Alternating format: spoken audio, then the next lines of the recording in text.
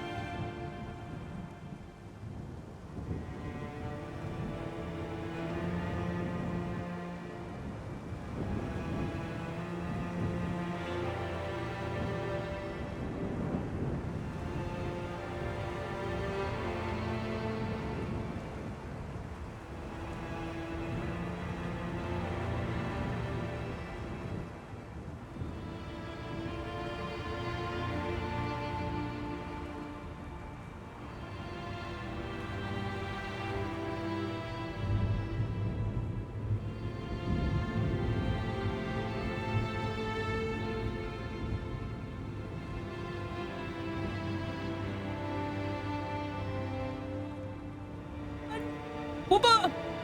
Hello. Meh. I should have been more prepared. Hi everybody. We're D&Ding again. It's D&D time. Here we are. Cool. I'm excited. I'm vibrating. Dog, it says that you're... Oh, okay, never mind. Yeah, I was testing your audio settings because somebody forgot them last time. I already checked, but because they were good, I wasn't gonna say anything. Wait. Is my audio settings bad? No, they're good. They're fine. No, Finny, something happened with your audio settings. No! Not again! you played the moose thing, and it played through your stream, even though you were on. Look at the chat.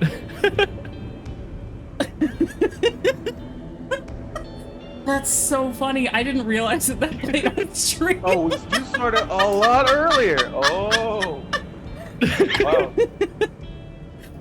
Anyway. Ma. Oh my goodness. All right. Well. ASPCA.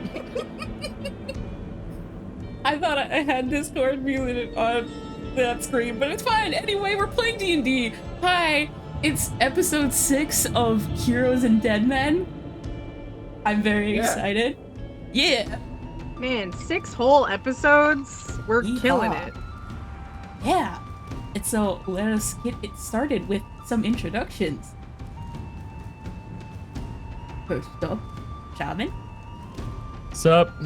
Named Shaman. Owl on my shoulder. He's chunky. Because, you know, he's round like that.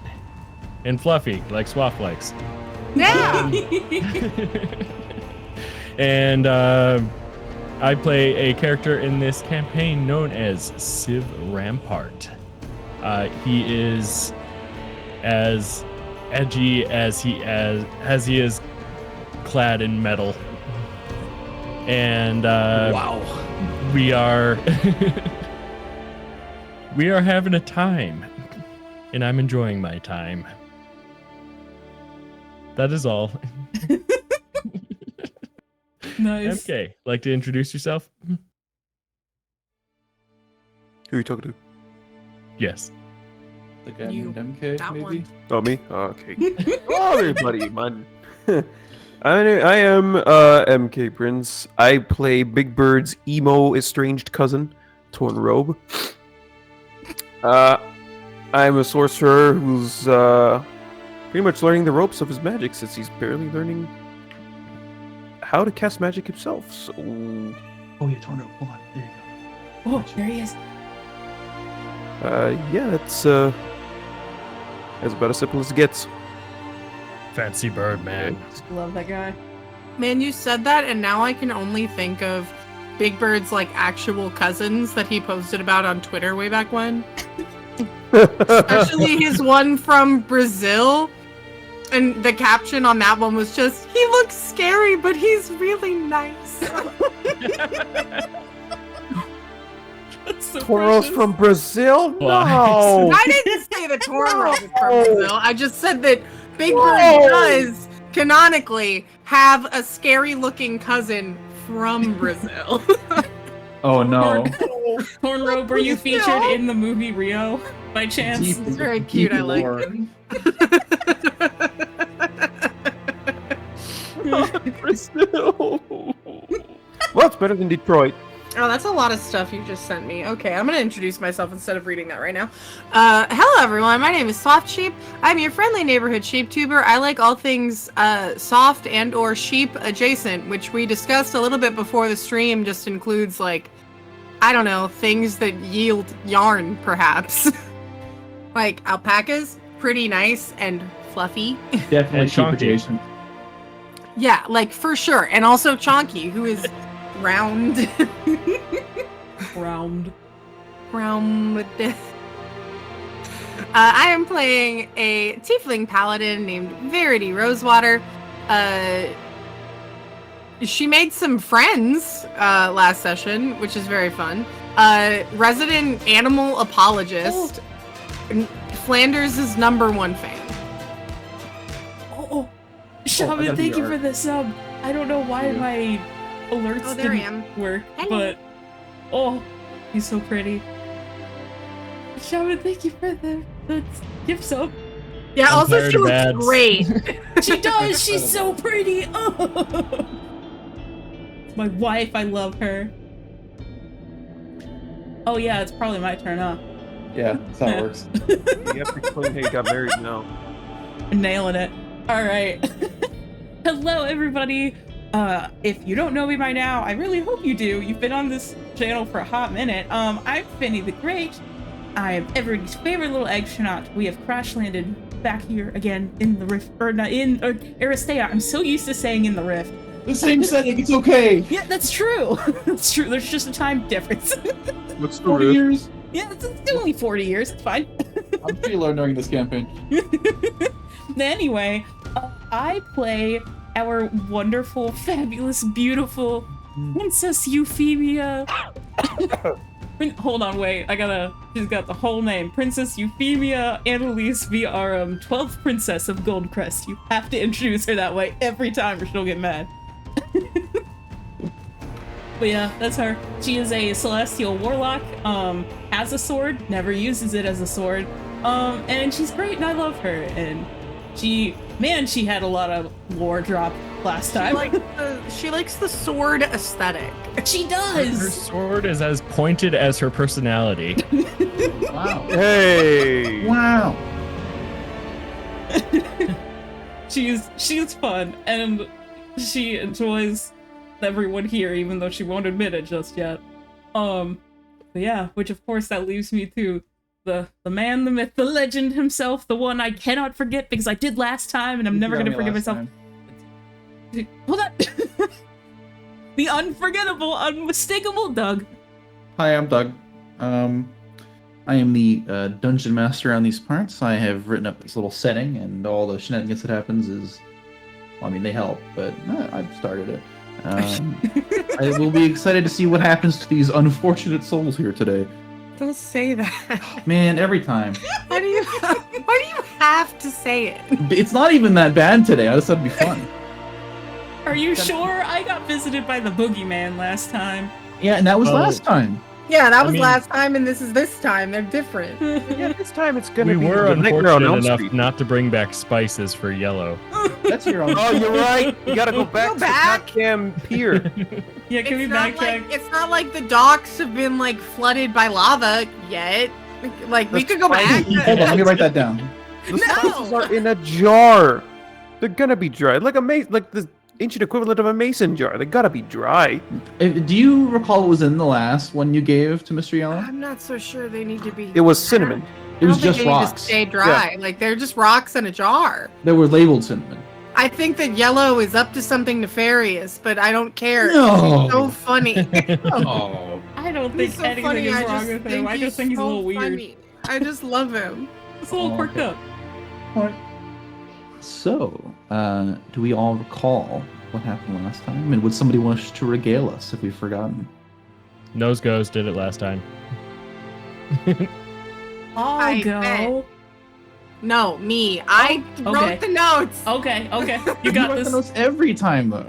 Yeah, but I had to spend more time doing it this time. Very well. After you. Okay. So, we pick up our last session. We're like at the docks, and we're like, all right, we gotta open this heckin' safe so we can get this spyglass.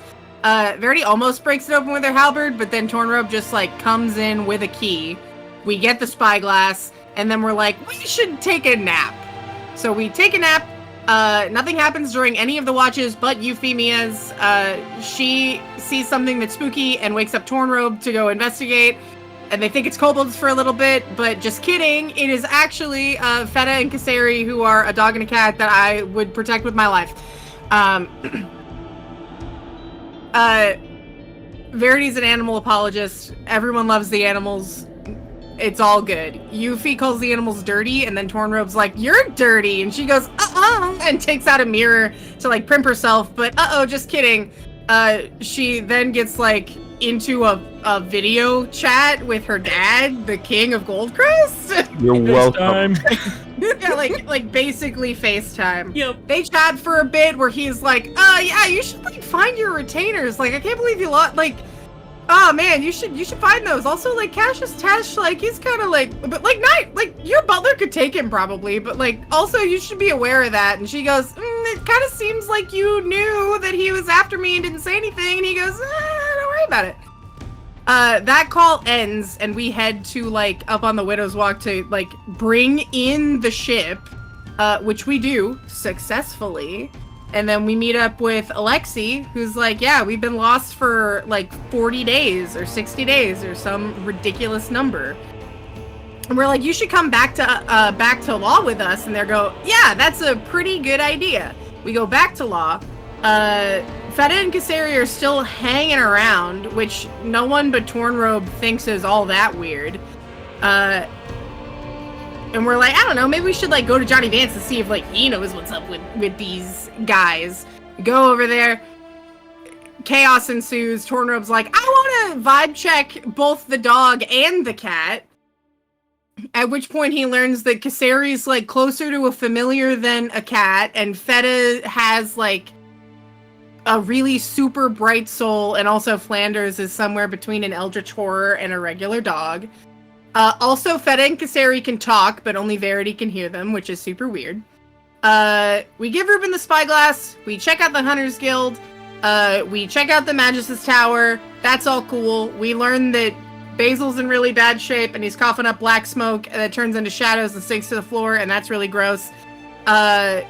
We are about to go, like, Euphemia and Verity are about to go, like, hit up an herb shop, but we go back, like, we go down, like, a dark alley, and then we meet up with Cassius Tesh, who's like, hey, princess, I don't mean you any harm, actually, at all. I just want to chat and also give you this cool present. But he's a lying liar and actually probably definitely killed the retainer that had the funny gift for Euphemia. Euphy told Verity to run, Verity didn't, but ultimately nothing bad happened other than Euphemia finding out that her retainer got. And then we tell all of our friends about that back at the Great Hall, and also everyone decides that they're going to stay with Euphemia for various reasons. Thanks, homies. And the party has a heart-to-heart about found family, and Verity is a tsundere. Cool gun get, episode end. That's the last sentence I wrote, so. Nice. Yeah, that's a fantastic final sentence there. I think that perfectly describes the situation that we come back to. All right.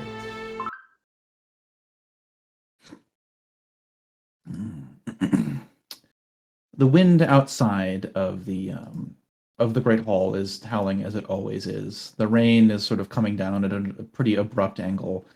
Thankfully, the wind currently is mostly blowing it away from the window that is slightly ajar at the bottom of your room.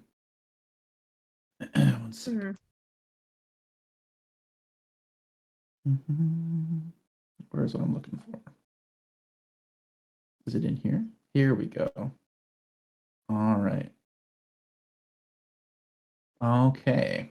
All right. Let me pop up into that map real quick. Whee! All right. So it's been about an hour since you had your little heart-to-heart discussion. It's still the day that you've just gotten back. You had your encounter with Cassius Tesh maybe an hour and a half ago at most. Very spooky. Mm-hmm. The fireplace kind of crackles next to you. You're in probably, as you have come to experience, this room is your safe haven. It is the warmest place you've found, and you've stayed a couple nights here, and you're pretty comfortable here. What is everybody doing after that event? Verity is probably, like, seated, like, closer to where she would normally, like, tuck in for the night. I'd say that, but she's probably more closer to, like, this chair with, like, the fireplace. And as she does whenever she kind of has downtime, she's got, like, parchment and, like, some form of writing utensil out, and she is writing by, like, the light of the fire. Right. Fantastic. What is... Oh, did you get your inspiration already? I think I already had inspiration, so I didn't take any more. Oh, well, somebody doesn't, you can hand it out to them. Who don't got inspiration? Didn't we all get inspiration from? Oh, you're right, you did. All right, well. Roll me a D20. Are you feeling high or low before you roll it? I'm feeling high. Cool. Roll above a 10, and you can have advantage on your first roll for the day. I got a 10. Yeah. Technically that is the lower half, unfortunately. Yeah, so rip. No bonus for your fantastic recap. It was kind of like you were reading off the notes, but they were still good notes. I was not reading off the notes, excuse me. That was the vibe I got, and I'm not going to argue with it because it didn't matter anyway. Mr. Civ. Civ will be probably closer to the desk, using a cloth he found to polish his shield, still thinking about the time when Euphemia FaceTimed her father. Right, you're like, how on earth did that work? Wow. Hey, do you want to borrow my mirror?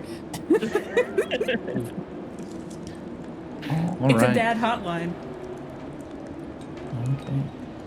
Fantastic. You're over at the desk. Tornrobe, what are you up to? I'm probably actually sitting at the desk reading over the books that I borrowed from the magic library. Right.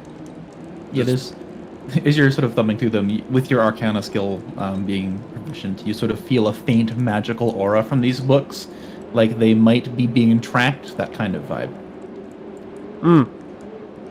Like they know that you've taken them and they're tracking how long you've had them out, so they can charge you appropriately your late fees. Right. right. I should have asked for a card. You should have gotten a library membership. Unfortunately, you just took those books without asking, and they were from the like evil section too, no less.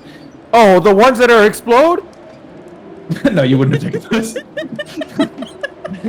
think they would have been very difficult for you to take. Yeah, you'd probably be dead. All right, and then finally, Yuffie, what are you up to? I think after all of that, I think she would probably go and sit by the fire, and I think she's going. Shift. Hold down shift. Hold down shift. Whoop. Hold down shift. Do it. Hold down shift. There you go. Thank you. Thanks. And I think she'd set the box down in front of the fireplace. Not in it just yet, but she's thinking about it. The gun is put away on. I'm pretty sure that she has some kind of tights or something that has a little holder in it. You know, one of those kind of. You have a holster or something for it already. Yeah. You probably came with a sick holster. Yeah. See, Ophelia, she got me. Okay. Right. You're just sitting there holding this box. Fashionable, functional holster. Yeah, she's gonna I think kneel down and kind of you can see clearly that she's debating on putting it in the fire or not. Because she's like, this has blood all over it. I don't know, it's a nice box. It's like a fine wood. It's very definitely some sort of fancy tree from Goldcrest that really exists nice. elsewhere, but it's a fine varnish that you would know as being pretty noble. It's what all the other chests in your room are made out of, that kind of vibe. It's got blood all over it. That it does. Got the blood of my retainer on it. That is the most rich person thing I've ever heard of. Throwing away something dirty. You gonna buy another one? No! It's already at my house. I don't need to buy another one. There's this sort of almost a perfect temperature in this room. It's just warm enough that you're very comfortable, especially as you get closer to the fire. And the sort of pitter-pattering of the rain outside, meshing with the sort of cold breeze that kind of blows in and out through the open window, makes this room very comfortable for you all. Aw, how nice. And this room is your safe spot. No more draft? There's a draft, yeah, but it's you're sitting so close to the fire. It's kind of equaled out right now. I got you. Okay. And I imagine that the dog and cat of the room, Feta, would most likely be sticking closer to Euphemia, seeing as she's in a small amount of distress. And Kaseri would as sort of Feta walks over and sees you contemplating this, he kind of lays down his head on your feet, just giving you support, not helping you decide, just being there.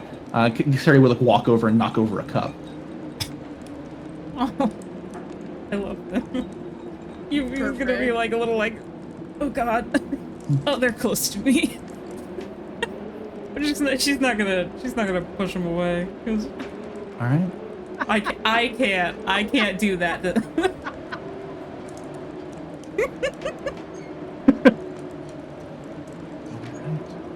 So, Do you guys have any plans for the rest of the evening? It's about a little after midday. It's maybe like 2 or so p.m. As you know, it is still very dark outside. You guys have the rest of the day to do as you see fit here in town. Did we ever go and talk to that one girl who was like she came No, back but from we her need mission to. or whatever? Yeah, she came back from her mission or wherever alone, and she's like, we gotta go, like, mount a rescue mission. And that is like, oh, she thinks that whoever she was traveling with, like they're alive. Like, So, I will give you an update on all your quests, because I'm a nice DM. okay, thanks. So you were told by Asher that there is a meeting tomorrow morning with the mayor and all the adventurers that have returned from their journeys to decide on the next course of action. It's like your next big team meeting. Outside of that, Tornrobe was interrupted from heading to the northern wall where he saw somebody. And Civ was on his way to talk to the survivor of that mission, who came back alone from her group's expedition. Finally, you were also interrupted from heading to the garden, where you were going to meet with and find what kind of herbs were needed to help Mr. Basil. Those are the three things on your docket. No, that was never explicitly told to the rest of the party. For now, you all know the information that you know. For example, Tornrobe, nobody else knows that you saw somebody, although everybody knows about the encounter with Mr. Tesh. I thought I saw somebody in the library, like outside. You saw somebody out the window of the library on the wall of the city. You were going to go rush over and meet with them, but you got sidetracked because this happened. As they do. Yep. All right, so what first? You're welcome to stay here and do nothing the whole night if you'd like. If you want to stay safe and in the warmth. I would like to stay here for good, I'm gonna say 4 or 5 hours, pour over the books, and then go return them after realizing that I actually took them without asking because I did pay for the membership. I did. You did pay for the membership. Unfortunately, the implication was that you can go in and read the books, not that you should be able to take them. Oh no! They're gonna revoke your membership. They're gonna take away your library card, buddy. I will also mention that I do have prices for every single building to be repaired now in the city. And I mentioned this in the group chat, but if you guys befriend the Mages Guild, they offer 2 services. The first service is they will let you learn like deep or dark magics, which are essentially spells from third-party books. You'll be able to pick from the list of spells from your class, and then they can talk about if they're fitting for your character. And they also let you side grade spells, which will allow you to change the effects and even the area of effect of spells sometimes. So those are the kind of things that they will let you do there. Crazy. Very cool. Outside that, how much gold does the party have? Let me see. In the party fund or individually? Party Go, fund. shaman, go. Party fund: 212 gold pieces, 856 silver pieces, 1,220 copper pieces. Very well. All right. So, the scene is your guys to do as you see fit. I am done telling you what to do. Sounds good. Verity will kind of finish up the line that she was writing. She will tuck that paper into like her bag or whatever, and then she will stand and she will walk over to Civ. All right. Hello. And she'll say, did you ever go and talk to that lady about the rescue mission she wanted to mount for her friends that she came back without? Civ will turn slowly over his shoulder and give the shh motion with his finger, and keep whispering to the shield, "Father, sister, come on, answer me." I don't think they can hear you. I love him. And then he will let out a sigh Yes and turn or to no Verity. question.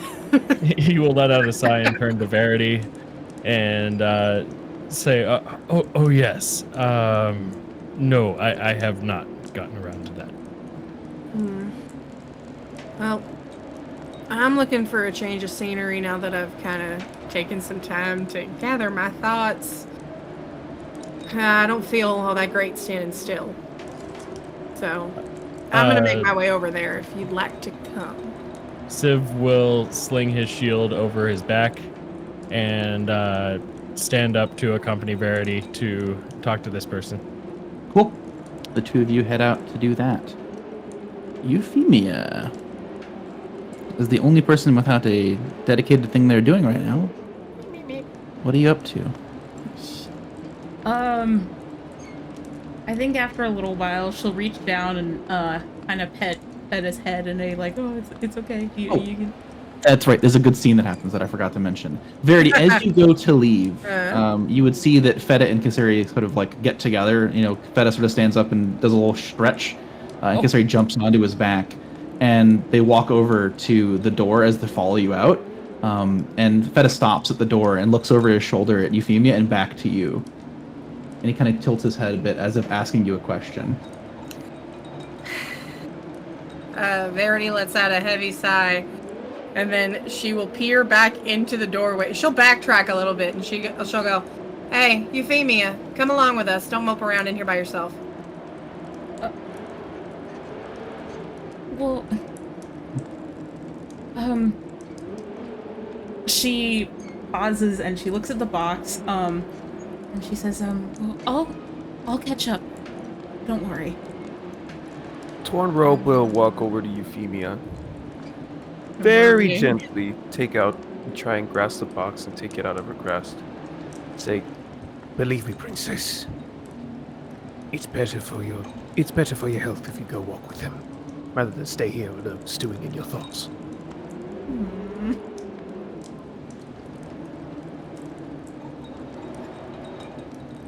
Well, if you insist. She like kind of sighs a little bit, and gives him like a small smile. You know, lets him take the box. She says, I'll be going then, but Tornrobe, I have a favor to ask you. You are a mortician, correct? he immediately gets a dark look on his face. I just would like to do something special for Athalia, so when I get back, if you don't mind, just sitting with me for a while. Of course. His face immediately lights up because his assumption was prepare something for me. Oh my god! Wow, hey!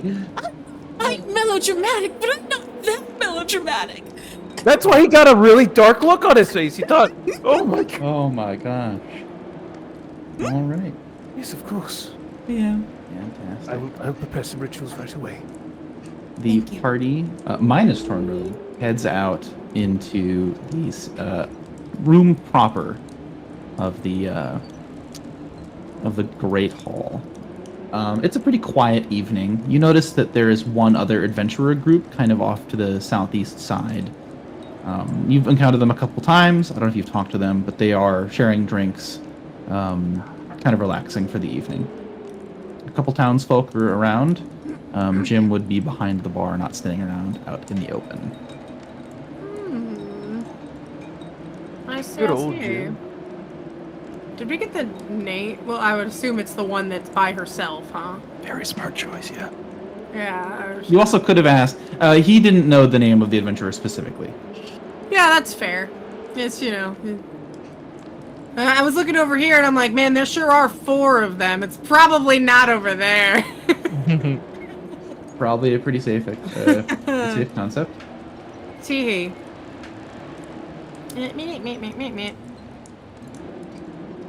Yep. You would see as you walk up, you'd see this dragonborn woman. She's wearing like a full set of plate.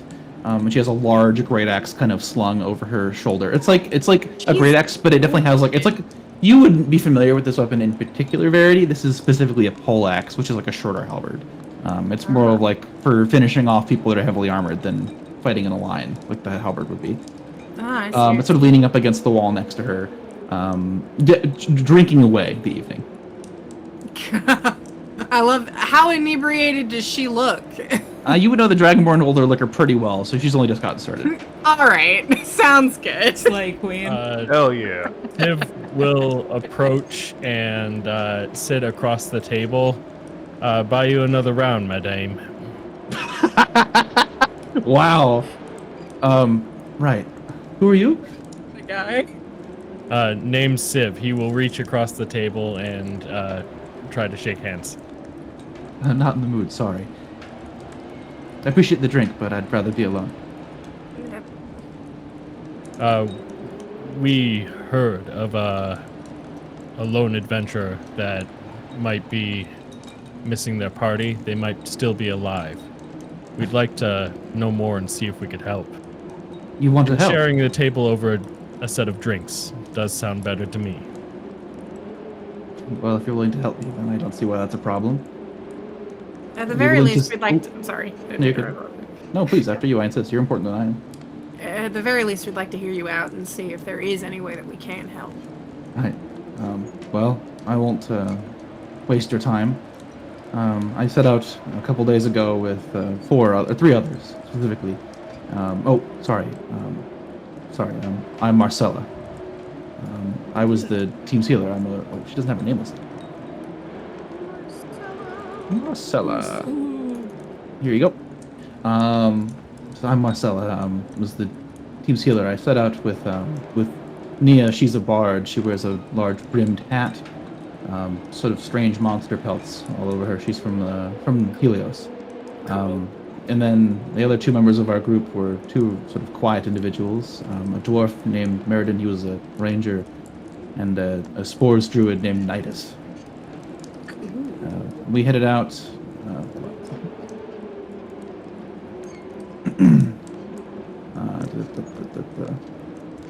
We were heading to the southeast in search of a warehouse, as you were, but we ended up finding the warehouse, and as we approached, we were attacked by something. We didn't get a good look at it. It seemed to absorb the darkness around it. I managed to block a couple of its attacks, but I was knocked unconscious at the time. I was able to stay awake just long enough to see them lead it away. I believe they could potentially be barricaded inside the warehouse, but I don't know where they've gone to. I couldn't find them when I got up, and I barely made it back here alive.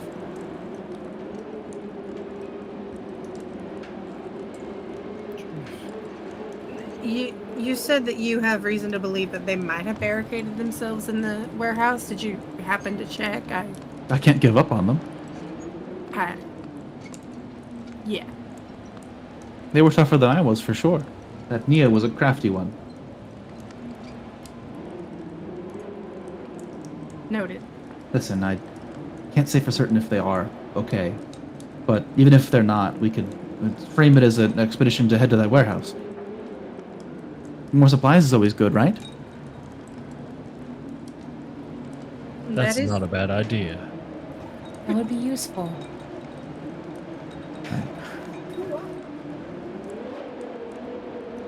Anyway, that's my proposition. If you do decide to head that way, I can accompany you if you'd like.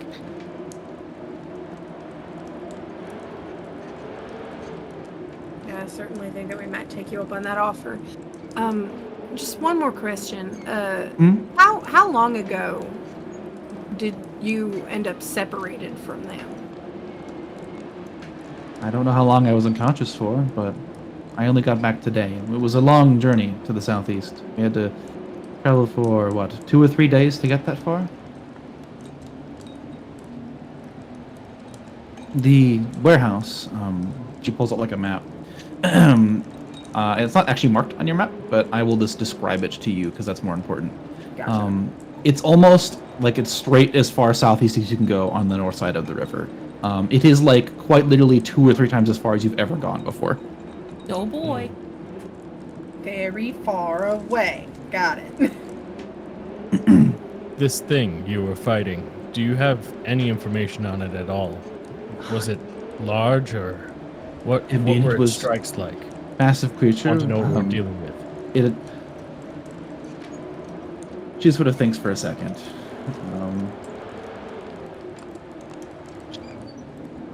I didn't get a very good look at it. It was hard to see it in the darkness. The first thing it did was extinguish our light, and I can't see in the dark.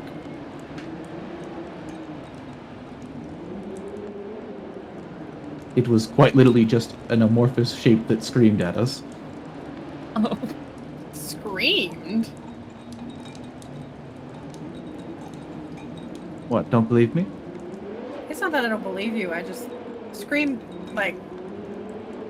Maybe it was more of a roar? I'm sorry for my vocabulary. No, it truly was a. Swaft thinks that scream, like, there's an implication of like humanoid that goes along with that. Whether or not that's true, I'm just so my brain. I was just like, screamed.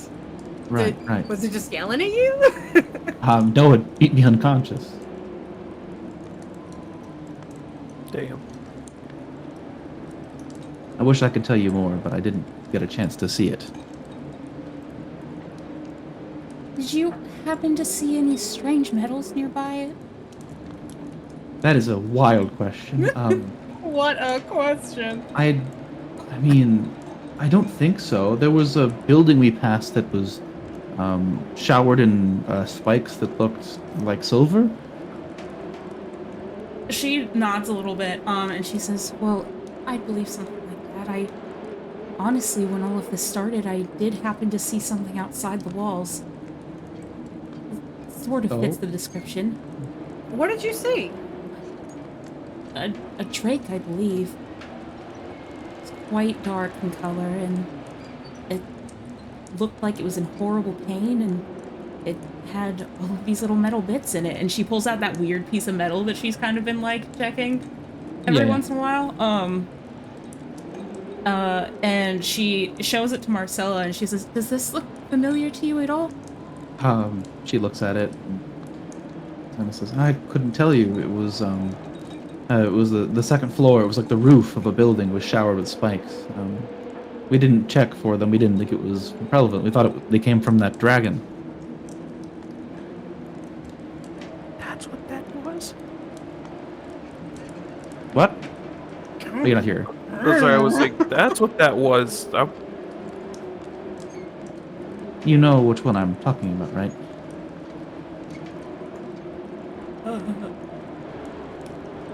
well, we've seen a few.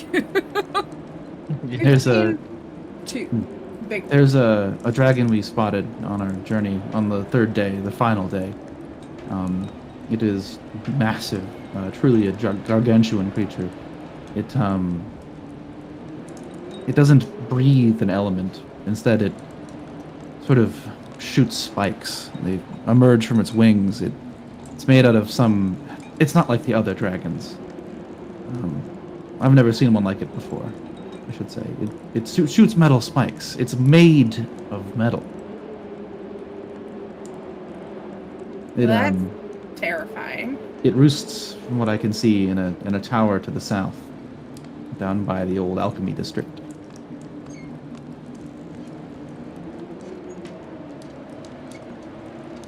How close would that be to the warehouse?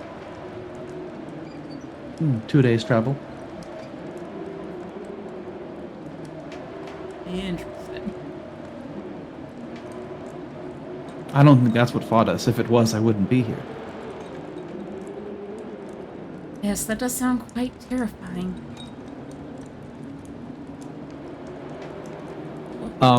You take note. One thing that you do kind of notice. You would. This would be a thing that is vague dragon lore that you guys might know. Marcella is a white dragonborn. This creature is like a metal dragon. They're different things. There's chromatic and metallic dragons. Ooh. You would also know, historically, like a gold dragon is not made of gold. That is weird.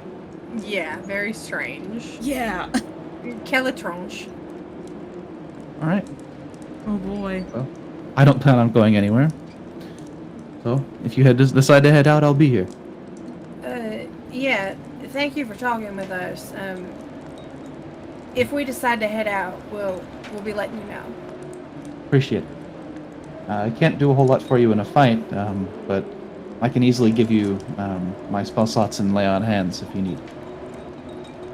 Hell yeah. Verity nods. Civ will stand up from his chair and take a bow. Thank you. She will go back to, or like Jim brings over like a platter of like, food for her. And you guys head off to have a discussion by yourself or go do something else. I'm not sure what you'll do. I don't much like hearing about dragons made of metal. Also, Euphemia, you somehow knew you had information that we didn't have. What's up with that? I didn't think it was relevant at the time. She like holds up her hands. Like, it wasn't a secret. I just, when do you bring up, oh, hey, by the way, I saw like a weird injured Drake outside, but it didn't do anything, but it had this weird piece of metal stuck in it. There've certainly been stranger things at the end of the world. I'd like to think that this isn't the end. Everything's weird and strange right now. I just think that it benefits us more than it hurts us. If we're traveling together and we're taking care of each other, we share all the information that we do have, whether we think it's relevant or not. She kind of like pouts a little bit. She feels embarrassed. My God. Yeah, I would like to clarify that, like, Verity's not, like, really ragging on, like, she's gruff, but she's not actually mad. Yeah. It's more of a, like, that caught me off guard. That's information that you had that I didn't know. In the future, I think that maybe we should share stuff like that. Yeah. Oh, I forgot to ask you, Verity, do you have a preference on which pet you are attuned to today? I think that I'm feeling feta. Cool, you will be attuned to feta for the day, and that'll matter tomorrow. Good cheese. Thank you. They're both cheeses, Shaman. Casserie? Casserie is a Greek cheese. No way. How They did I are not know both that? cheeses. All right. Pets named after cheese. As they should The be. tavern is fairly quiet. There's no music playing at the moment. Anything Now else I you guys want a like to cat do? named Munster. It's a good idea. I don't know if that is. I'll when you get that's a great point, Civ. Do you remember what your background lets you do? Wait, what? Because you're technically a member of the Knights Errant, you have the Knights Errant feature, which at level 3 lets you cast a spell. Yo? Oh. Fine steed. You can cast Find Steed. So if you wanted a big, well, you can't get a big cat till you're higher level, but you could get a horse and name the Munster. Oh my gosh. I want a horse named Munster so bad. Hell yeah. That would be hilarious. Remember, you can do that. It probably won't help you too much, but it might be cool. It might and be at later, cool. See? at later levels, that'll let you summon a Pegasus. Very Pegasus. cool. There you go. Pegasus. All right. So, as you guys head away from her table and have a brief discussion as you're walking, do you head back to the room or do you have plans to head outside? I don't. I think that Verity spent her time in the room, like, okay, I've gathered myself. I have, had all of my thoughts about things that happened the last time we stepped out of the room, but also like, oh boy, I sure do still have shit to do. We didn't end up going to the garden. I would like to stop by there. I'm not letting Euphemia go anywhere by herself. So I would probably rope Civ into coming with us if he was not like already like, no, that sounds like a good idea. Yeah, I'd be down for that. Cool. Tornrobe, do you want to tag along or do you want to keep reading your books? I'll find somebody to tag along. Okay, cool. Yeah, I was gonna say, because at the same time, as much as reading those books will get you literally nothing, I'd rather have you be involved. So you guys can head out together and you'll head out to the inner city map. Six of you can gather together and head up to where you're going. I'm not gonna help you navigate because you should know where you're going. Mm-hmm. Yeah. Yuffie's going to avoid dark alleyways. Yeah, you all walk together It is and you fine. head around past the orchard and Together. up this road. Man, I still cannot believe I said, "Man, there's a shortcut through that dark alleyway," and you guys took it. It was the fastest way to get there. It's so funny to me. I'm not making fun of you. It's just incredible. All right. This is the double-edged sword that is listening to Doug, because sometimes you get attacked by Praetor Cassius Tesh, but other times you take the funny way and meet Yellow and talk about spices. Correct. I am a river to my people. Curses and blessings overflowing. Okay. You can continue, and you remember the green building is the one you're headed to. As you walk down this alleyway, the streets are, as always, fairly packed. Maybe even a little bit more busy than they were before. You see the guards are kind of out in force today. They're kind of walking along in packs of 2, trying to make sure that nobody's getting rowdy and that the shops aren't getting robbed, that kind of thing. Does there seem to be any particular reason for that, or are they just on edge? Not necessarily. As you continue going, can you, Verity and Tornrobe, each roll me a perception check? Yay. Alright. I'm gonna use inspiration. I want to see things. Go for it. It was not meant to be. You tried to notice the funny thing that I The was going to tell you. dice have willed it. Unfortuitous, is it not? Tornrobe, as you get to this intersection here, right before you just look for the door, you notice somebody straight to your north on the wall. And who might that be? You can see him on the map. On the wall? North on the wall. Yeah. Warm apple in. Delicious. Oh! Oh! I freeze for a second and then I just start sprinting. Okay. Where are you going? You just hear claws on this phone. Tick, tick, tick, tick, tick, tick. All right. Does anybody go after him? Do they let him go by himself? Civ Yeah. is going to chase. Verity's You're all not gonna gonna go? leave Euphemia behind, because Jesus Christ. Does I don't Euphemia know, wish like- to run? Verity is absolutely like, Civ, don't just chase that. What are you doing? Oh man, sure. I'm glad that we're in a dark alleyway with 2 players again. Jesus, Verity did not do that. All right, the 2 of you run away. Tornrobe following Civ, not sure what's happening. I keep walking in. Verity, I feel generous because that was a pretty big scene. Go ahead and try again. Okay. Last time though, I'm not gonna give you another one. You don't get another one. This is it. Don't roll bad. I'm gonna feel silly. I got a 15 this time. I don't know if it's better.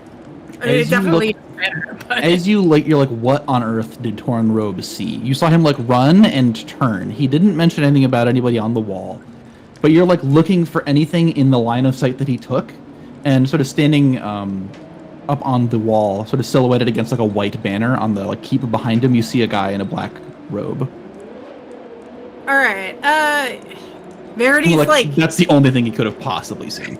yeah, Verity's squinting, and she's got her hand in front of her face, trying to block out the rain, looking. And she goes, I don't know what the hell he's running after, but there might be someone over there. Come on.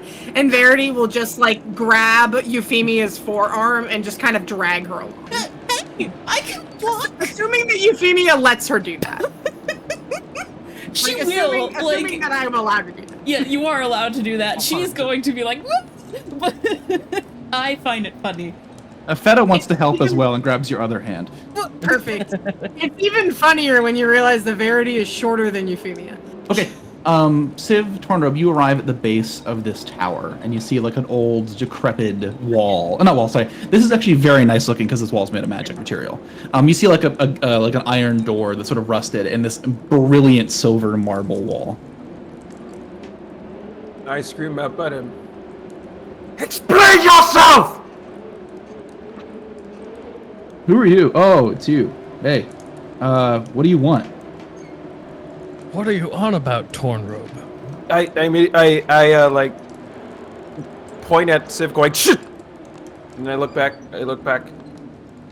The Praetor! Did he kill that? Was it the maid? I'm not gonna help you. You're on your own, brother. I'm sorry, it sure was a, Do you mean Yuffie's retainer? Yeah, Yuki's retainer. Yeah, she's an artificer, but like kind of a maid. Cass is a praetor, isn't he?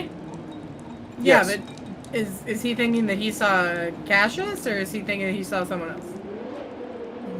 This is up to you, Mr. I can't Tornrobe. see shit, so They're gonna get to you in a minute. genuinely asking. I told you not to bother me. What do you want? Not to bother you when you're standing out in the open? I'm busy. Did you cause the death of one of the princess's retainers? Why would I tell you? Out of pure frustration, he launches a firebolt at him. Oh my god. Okay, roll the hit. Give me a second. Everyone can hear Tornrobe, right? You can hear him Yeah. distantly, but he's not loud. Oh, okay. Oh, I forgot to switch the spell out. Screaming. Oh, damn it. Why you scream? Or scream? Can Civ squint in that general direction too?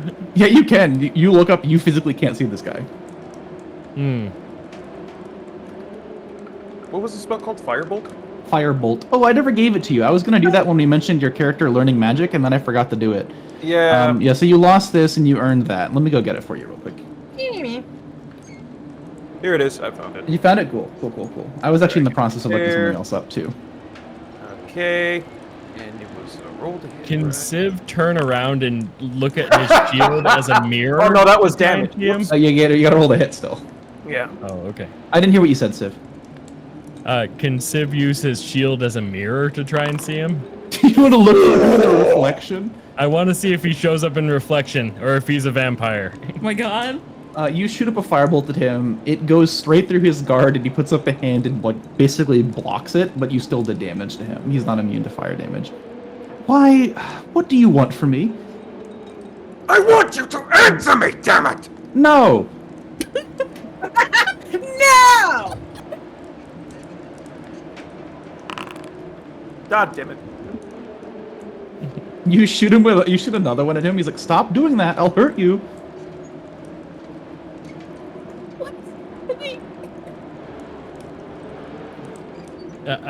Civ Why are will you here reach his then? hand out and place it on Tornrobe's shoulder and says, Why are you squawking at the wind and shooting fire at it?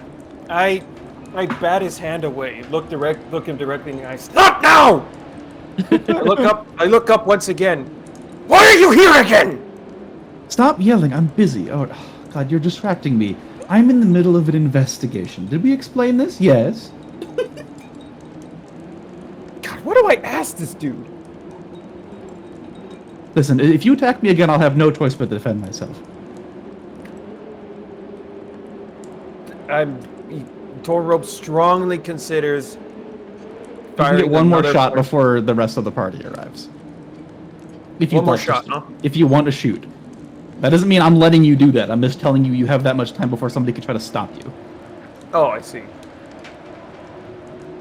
No, I don't. Okay, cool. You see he was in the process of casting a 5th level spell. Yikes. You roll up Verity and Euphemia, and you hear these two arguing. Verity, you look up. There's like a weird guy in a black cloak on the top of this wall. What the hell? Okay. Weird guy, black cloak? I scream up at him. What will it take? More food? Coin? Are you offering? Screaming! Was that a serious request, Mr. Tornrobe? How do you know this guy? He slowly straightens up. If you're willing to answer my questions, then yes. Right. He sort of thinks for a second. I do have a request. Do you think you could find me a rhubarb pie? Tornrobe that- slowly is that cocks his head Death's to one side. I want to know if that's Death's That is pie. Death's pie, yes. Yeah! Death is infatuated with the flavor of rhubarb. I love it. Thank you. If you can do that for me, I can help you out. Of all the flavors that you choose the most. He puts his hand to his forehead and just rubs it back and forth. Of all the flavors you choose, the most cliched of all of... Fine! Good luck. I'll be here when you get back. He fucking starts stomping away and back and barges into the inn. Slow down for like a minute, maybe? Hold on, wait. Come back here, Pink One. 1 second. What? Hello? What? Why can you hear me? I don't know. Your This is guess is getting as out of good as hand. mine. I'm I shout assuming from Yuki behind. can't hear or see. No, you can't see or hear this guy. I'm honestly really more concerned with him just screaming at you for however long he's been doing that. What is happening? Tornrobe runs back the other way. Both of you are squawking at the wind. What is going on? Siv, I'm afraid they've both lost it. I haven't lost anything. Wait a second! What? Can I walk back? Can I cast Soul Read on him? Would you like to? Yes! Okay. You try to soul read him, and for the first time ever, you feel like it bounces off something. What in the blazes? I do it again. Stop that. This time I put my fingers to my temples and really focus and do it one more time. Okay. Fantastic. Just like, nothing? No, nothing. Can you roll me a con saving throw? Here we go. What, do I get like an aneurysm or something? No, I'm casting a spell at you. Oh no. On saving throw? Yeah. Dirty 20. You pass. On a successful save, you take that much damage. You take a 2d. Oh my god. Wow, I'm down to like 4 HP. Tornrobe, you're like thinking about this guy and you're trying to do something, and he like, stop that. And he kind of waves his hand over top of you. And as he does that, you feel like your insides start to burn. This spell, it basically blows up your veins. And like it's bludgeoning damage from the inside. It's very not good. You're confident that it would have been way worse if you failed the saving throw. Wow. You are not incapacitated, which was the other effect on it. This is the exsanguate spell, which engorges your blood into ichor. Wow, that's Jesus. really scary. Stop Tornrobe, that. Don't please do that. stop antagonizing the robed man. I like fall to one knee and start clutching my abdomen. I think that maybe we should stop antagonizing people that are very clearly stronger than us. Can we agree on that, please? Get out of here. So I'm down to what, 4 HP? I don't do math. Okay, so Math is Hold on. your job. Yuki's gonna just like make like a weird like kind of sound, and she's gonna run over and just like grab him if it's cool and cast Cure Wounds on him. Because oh my How much? god. Allow me to. I'm back up, baby. Jesus Christ! Damn, that was That's a nice exactly cure what I wound. need. Oh, don't mind that. I didn't mean to do that. Okay. No, no, Let's no, play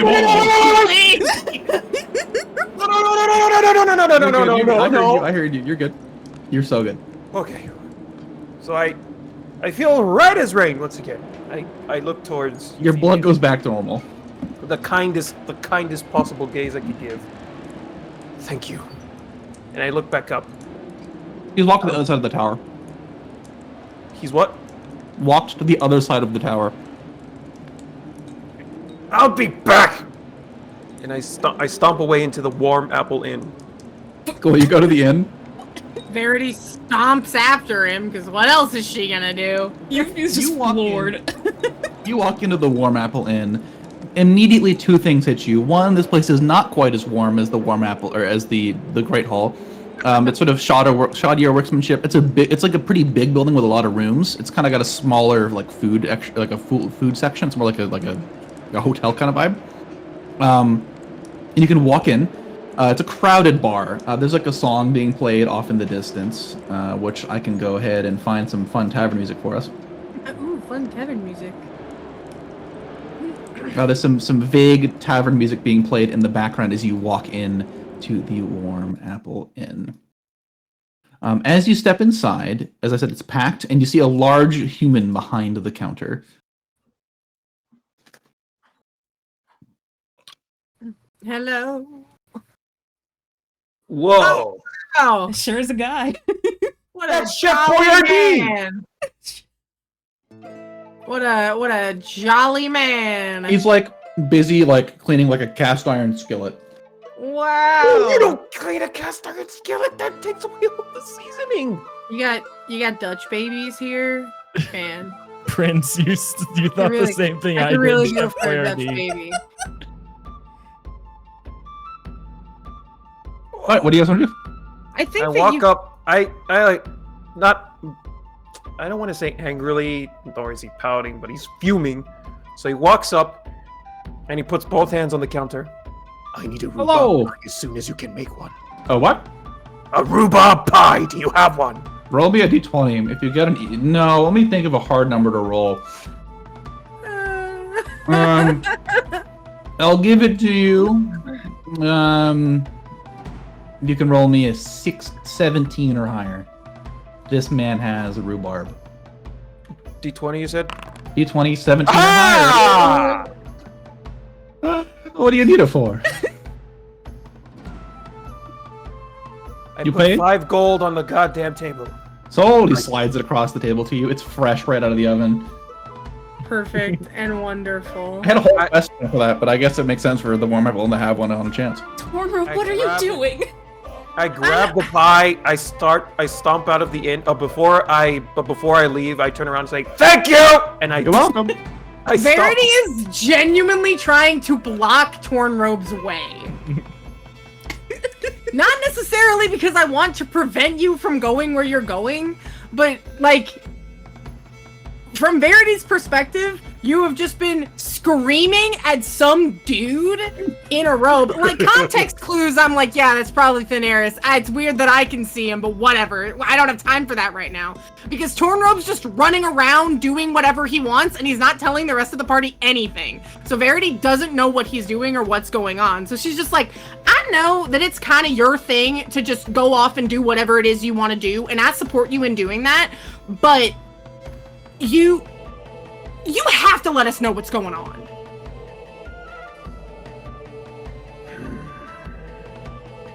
How does it hurt you to tell us, the people that you are traveling with, what is happening?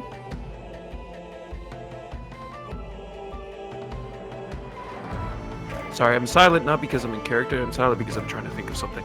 Yeah, no, I got you. You're fine. Take your time, gamer. Take your time. Yeah, for sure. Tornrobe does the glariest of glares. She glares right back. Ooh. He says, "That is the hand of death you were looking at. I give him this damnable thing," holding up the pie, and he Would answers. Verity know that that's like the pie flavor that maybe would be associated with death? That sounds like a religion check to me, doesn't it? Oh man, I sure am an acolyte, but oh boy, we shall see. Hey, 12? I'd say that you can know the pie flavors of. It's like a thing that also the people that follow them and their most trusted disciples absolutely adore the flavor of a deity. You would very obviously know that. Yeah, you would have come across It's it. like I know pecan pie. Like I got that one. Yeah. But You know the other. You know 4 of them now.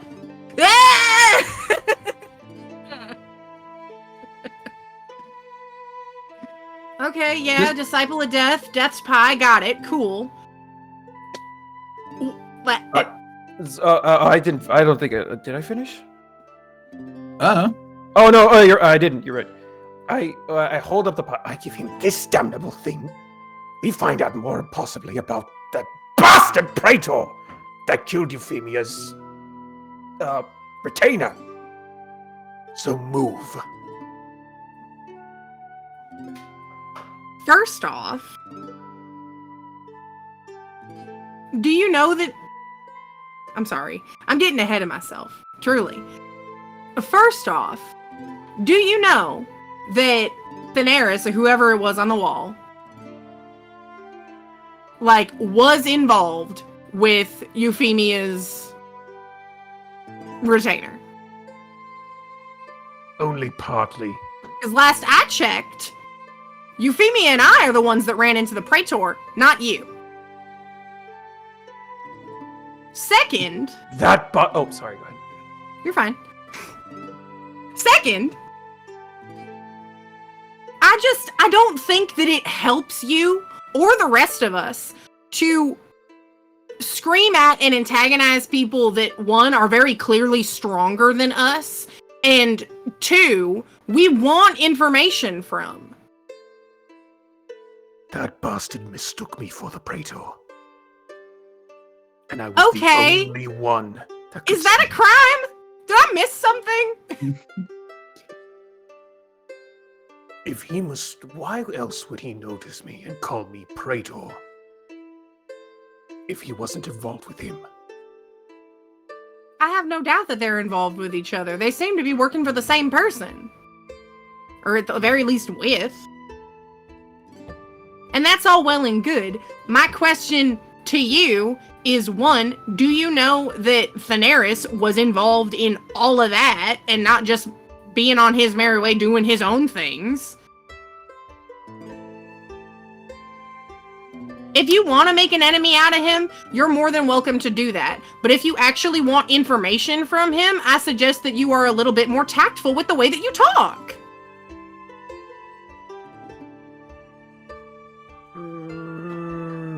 I'm trying to remember. Hmm. The first time I talked to Thaneris, the DM said something along the lines of, that was the DM. answer. A DM. What was the question? I was too busy being offended. Well, good. Anyway,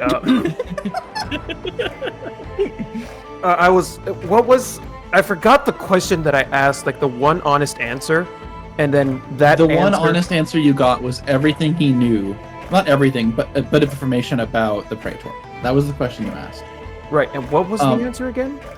He specifically said that he's associated with him because they're both dead men. Ah, that's right, okay. It's The not like entire- he's his underling, but they're like members of the same organization. Right. But it's like saying you're like both members of the Illuminati. It's not like saying you both work at like, a gas station. Mm-hmm. I can't believe Cassius and Thaneris both work at Ye Olde Applebee's. He'd make an incredible That's bartender. not a gas station. I mean, they're food, but no, you're good. I thought you were going to say, like, anything service industry related. Why I thought Applebee's, I don't know. Anyway. Fun waiters. That's your answer, Tornrobe. Right, okay. So, in the midst of Verity talking, what I say is, I don't need the blasted lecture. I need answers. Now move! I'll try to make an athletics check to try and sidestep her. Okay, that's fine. That's not attacking, so you're good. Would you like to stop that, or would you like to just follow him, Verity? Decision. Yeah, it sure is a decision, because on the one hand, Verity takes orders from nobody. But on the other hand... Well, he said move, and then he's going around you. Yeah. You're not following instruction by standing still, actually. Well, that's true. That's very pedantic and spiteful of you, but it is technically true. So true. Yeah. Honestly, Can Verity's... you trip him and make him drop the pie? I had a whole quest about finding the pie.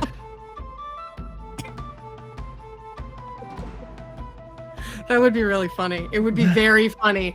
That would be so rude. It would be really Tornrobe would rude. be unbelievably angry, but I would be Verity's- laughing my ass off.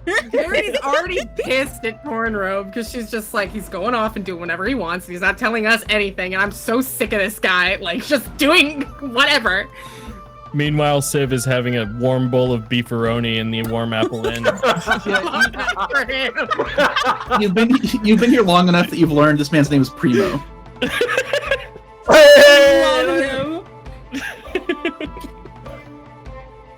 I love that for him. Just minding Verity, his own business. Big bowl of pepperoni. Verity will party not in town. move, but she will also not follow Tornrobe because honestly, she's just kind of annoyed. Okay, cool. Tornrobe, you're able to get out. Euphemia is probably by the door. Hasn't said anything. I think if as soon as he gets near, I think she would try to grab him by like his sleeve or something like that. and Oh say- man, that's gonna be a pie check if you succeed. But yeah, if she's allowed to, she's gonna try and grab him by the sleeve and say, Tornrobe, wait, please. You can just say it. Please just say it. Please, I'm begging you, just say it. No pie check. He's not going to trip you. High check, high check, No, high no, check. just say it, please. Just call my attention. I'm begging you.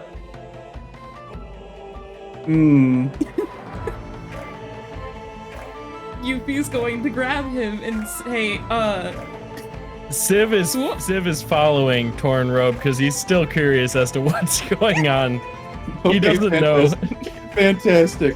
Tornrobe, I will let you know that because I don't like doing PvP, this is your decision. You can either, I mean, if you want to roll for it, that's the neutral decision, or you can just say you succeed. Your choice. I want Narratively, it's cooler to row, but I'd just say I'd rather succeed because otherwise I'm gonna be really pissed if I dropped it. okay. You go to grab him and he manages to weasel past you. But you're still welcome to say your thing if you'd like. Yes. she would shout, you don't know who you're messing with! And, like, you can hear her voice crack a little bit. And, like, before she, like, was trying to be, like, really tough about, like, telling y'all that, you know, her retainer died, but she looks visibly, like, very, like, she's about to cry. Oh, Tornrobe. Up to you, brother. What do you want to do? You're the one that's driving. I stop hearing the emotion in her voice and I just like sigh and I turn around. This is admittedly partly for me as well. This He holds up the pie. is the answer to both your and my questions. The truth is, I am so tired of being surrounded by death and the dying. And now there's a society that calls themselves the Dead Men. And one of them, more than likely, is responsible for the death of one of your retainers. Then let that be my problem and not yours. Just, please, wait and think this through. You don't understand. This is dangerous. I was fully prepared to die today. You don't understand.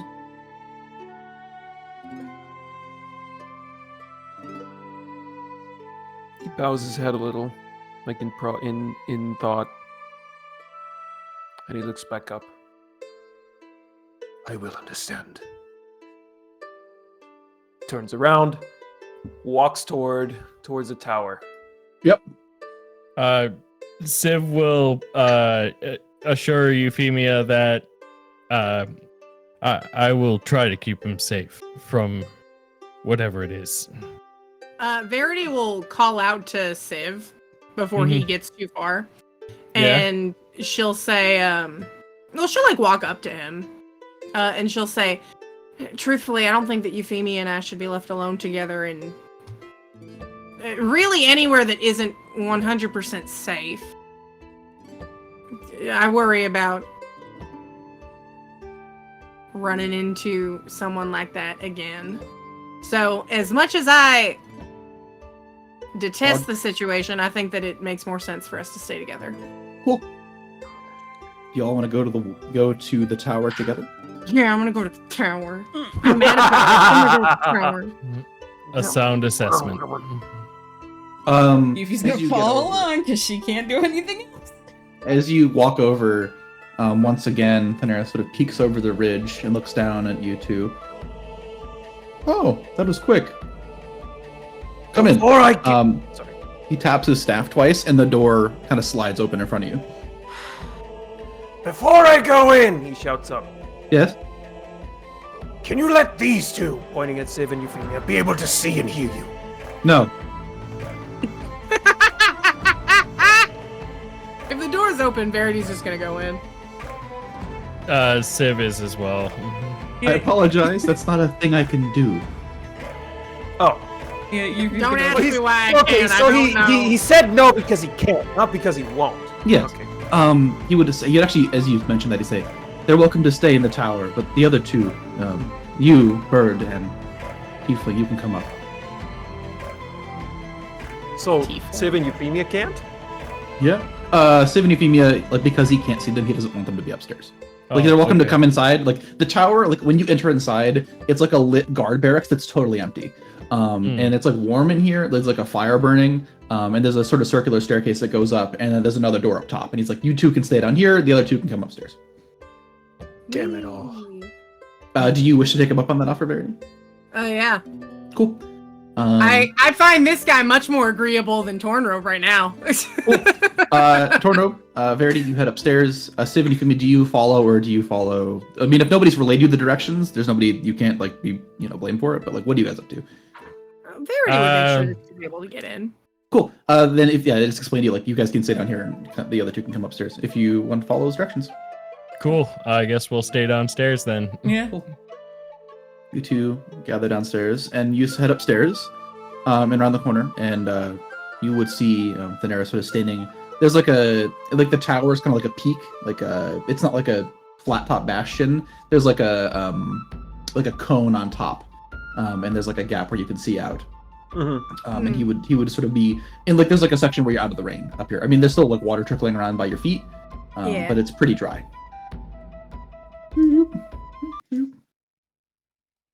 All right. Is there like a table in the middle? There is no table. It is just stone.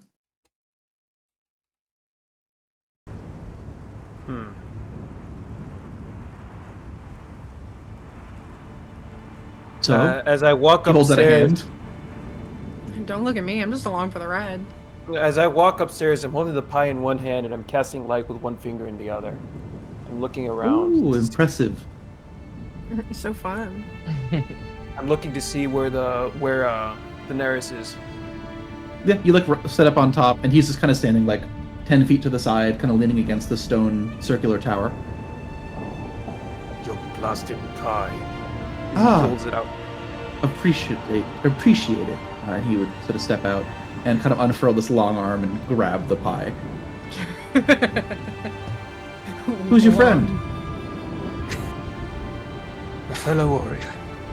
I don't know if friend is the word I would use. Apologies. Who are you?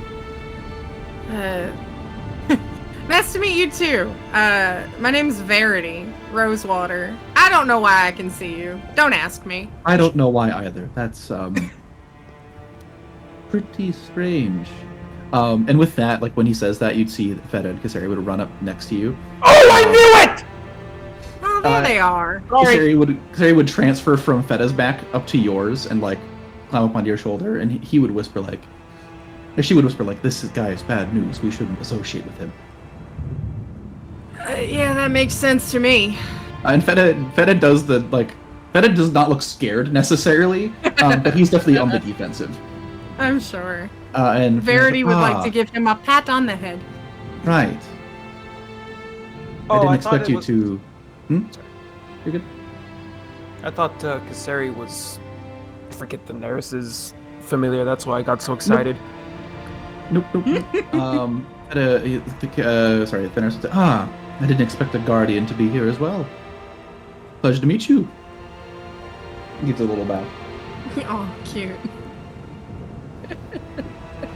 You're bowing to what? I'm bewildered looking between both of them. What? He means a lot more than you do.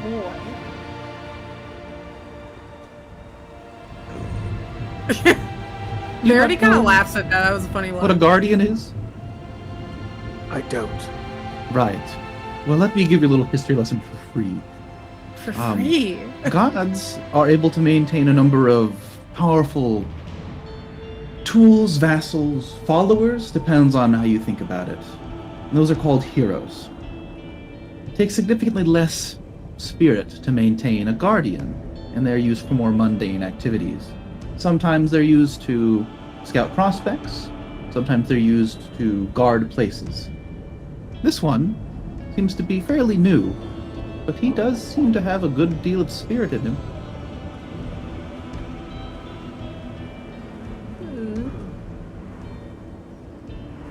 That explains why I was able to soul read him.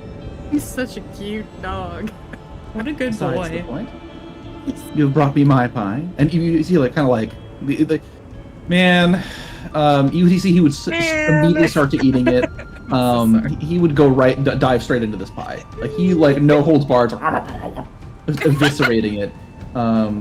Handfuls of scoop, like, not by slice, by scoop. Oh my god. Perfect. I love that for him. It takes him about 35 seconds to devour the whole pie.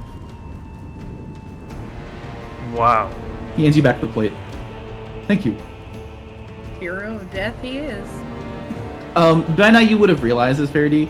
This guy, he has kind of like a I don't want to be here kind of attitude, and he's very food motivated. Those are the two things you've picked out on him already.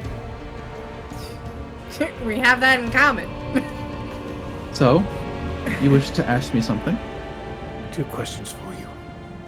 Fire away. I can't guarantee I'll tell you the truth, but I'll do my best. Ugh. God damn it. He seems to be stuck. What about you? Do you have a question for me, Tiefling? Sorry, I don't know your name. I did tell you it was Verity, Oh, sorry, Tiefling. My apologies. but that's fine. I'll just call you like Rogue Guy or something. Oh, that's fine. Sounds good. You were saying something, Bird? Yes. Did he starts to sputter and say, Do you know anything about the death of one of the retainers of, or the death of a retainer of royalty? Why would I know? Because your Praetor had a hand in it. Is she special? This retainer. shite. Do you have any consideration for the millions of people that have died in this city? It's Do you think why I'd pick I'm- one of them out of that blue? It's why we're all here. Oh, I thought you just wanted to bother me and give me a pie.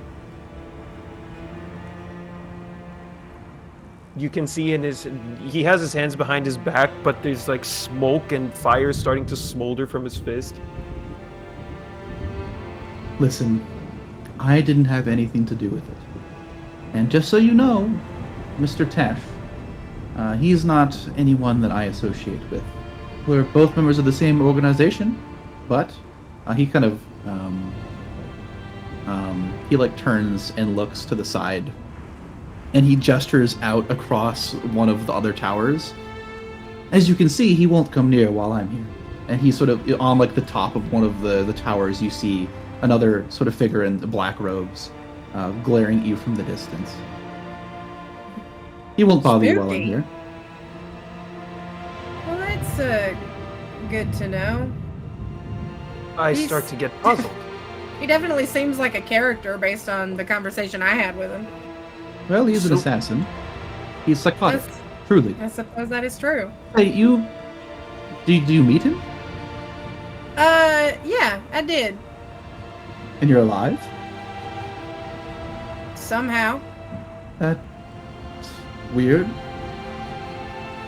He's rather It's- infamous for not leaving witnesses.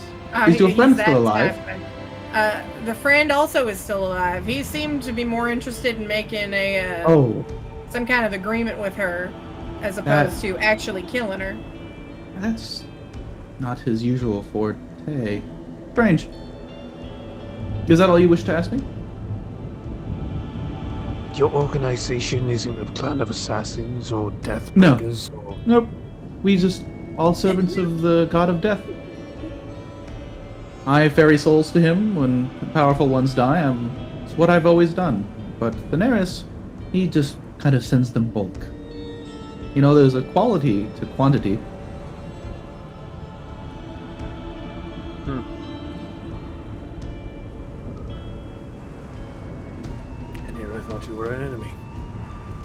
Me? No. I love him. Check. Go I for it. actually do believe this guy, basically, but Go for I just can't help myself. Got a vibe I check don't him. know. Hard to read him. Yeah, it seems that way. What a weird guy. Do you really not have a single good question for me? Strange After man. you went all that way to get me a pie. Oh, ooh, that's a good roll for insight. Let me roll a deception check. Tee. I'm begging you. Damn it all! Hard to read.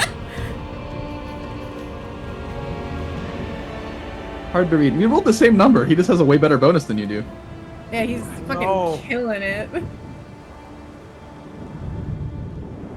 Listen, I'm busy at the moment. Verity kind of like looks toward Tornrobe and she goes, "Is there any answer you would get from him that would make you like less foaming at the mouth to like get into a fight with him?" I mistakenly believe that he and the Praetor were.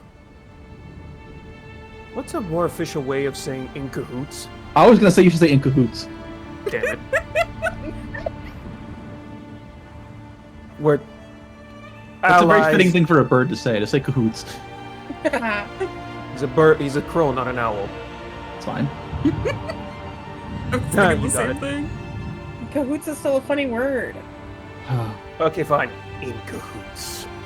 As I said, I have nothing to do with him. You know why I'm here. I'm on an investigation. He sighs and says, "Well, first and foremost, I would like to apologize for my function." Oh. As you're like apologizing, there's like a moment when you notice a change in demeanor in Thaneris. When he goes from being this like, "Hi, I just ate a pie" kind of guy to being like, "There's something wrong" kind of guy. And he would run over to the north banister of the building and like look off into the city. Is there something wrong? It's back. What is? I don't know. That's why I'm worried. There's something out there. It's unusual. It's, how do I put it? It's like a pit of spirit. Spirit goes there and it vanishes. It doesn't get absorbed or transferred. It goes away.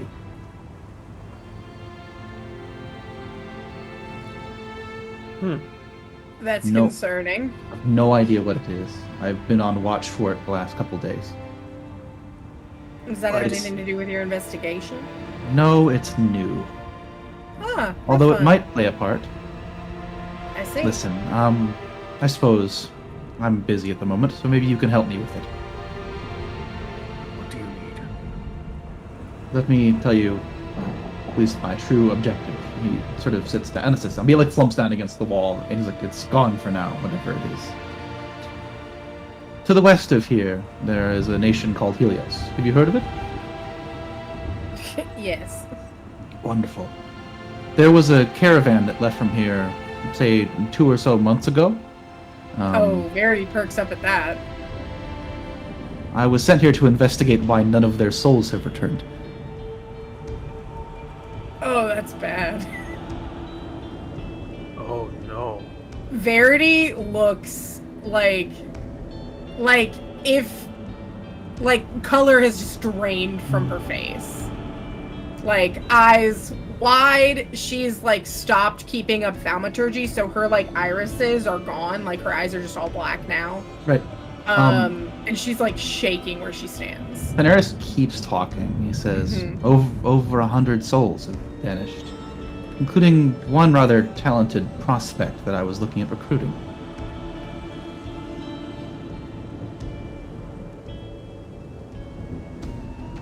And that might be. Oh, I don't know his name. He's just a talented, very powerful spirit. Bit of evil energy to him, though.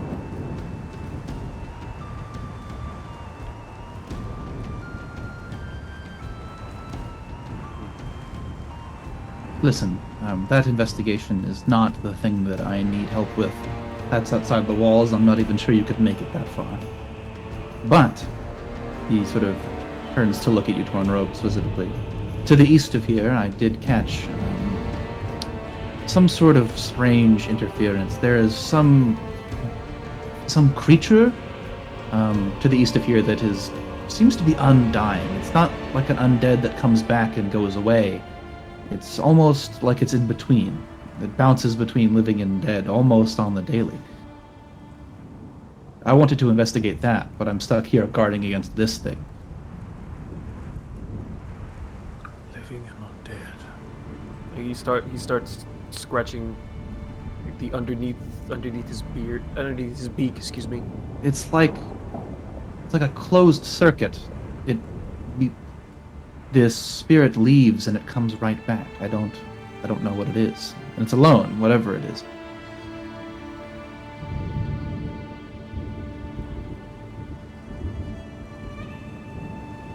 That is the thing that I was hoping you could investigate for me.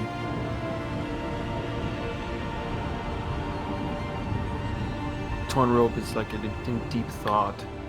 Are you okay, Tiefling? Oh yeah, I look towards Verity. She kind of like snaps out of her stupor when she's addressed, and she kind of blinks for a second and goes, I'm sorry, what? You good? Kind of froze up there. I'm fine. Right, good. All right. I'd say that about satisfies me. I can tell you some more if you'd like when you get back. You'll take the job, right, Bird? Yes. Yes. Great. Wonderful. I expect to hear great things from you. Do you know any more of this creature? No, Any nothing. information at all? No. Listen, Tornrobe, you're a talented mortician, right? I can feel it on you. So much death. I'm sure you can find it. It's not something I'm proud of. What's wrong with being proud of your work? Everybody's good at something. You're good at killing people. He jolts back. Not at killing! Ooh, sorry. Listen, I didn't mean anything by it. I'll be around when you get back. And hey, listen, I wouldn't mind another pie. Let me ask you this, Daenerys. What do I get in return for helping you in your investigation? Nothing. Information? He leans forward and puts his... Like, you know how birds tilt their beaks down when they want to look directly at something? Yeah. But he does that. One honest question. There's one honest answer. Kind of thinks for a second. You know, I don't think I'd need to bribe you. I think you do it for free, because you know what that could mean. There's something over there straddling the boundaries of life and death. And I can't get to it because I'm busy dealing with something even more dangerous. But sure, a question. Then it's a deal. He holds out his claw. He holds out a hand to shake yours. And I feel like you've experienced this before, but you have like super cold skin. His is colder. That startles. That genuinely startles. Like, genuinely startles. He like full send hand clasps you. And it's even icier than mine. Yes. It's a pleasure working with you. I hope to hear back from you soon. Your friends are waiting downstairs. I'm sure they're getting quite bored. He he takes like 2 steps back, holding his right claw with his left claw, like looking at it. Yes, I suppose they are. Right. Ta-ta. He goes over and starts looking back to the north. What a guy. I love him. You can regroup with the party downstairs. Yep, Verity goes back downstairs without a word. Well, as I would like to ask Verity a question. As we're walking down the steps, I asked Verity, Was that caravan important to you? Oh, what? Now you're interested in something I care about? a little wounded. You can have your inspiration back. That was fire. Thanks. Appreciate it.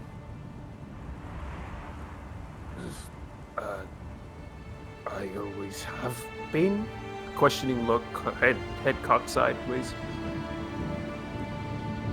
Really? Because from where I'm standing, I don't think you've ever cared about something that I've had to say.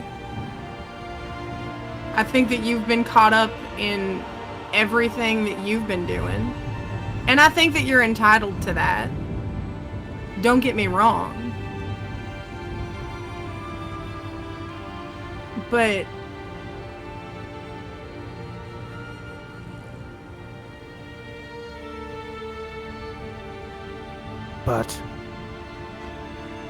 we're not friends.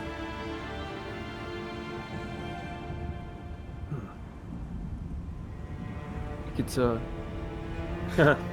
what he does, takes a few steps. He scoots a little faster in front of Verity. Holds out his hand. I am Tornrobe, and I would like to be yours. Friend. So sudden! Hey, yo! Session 6, wowee.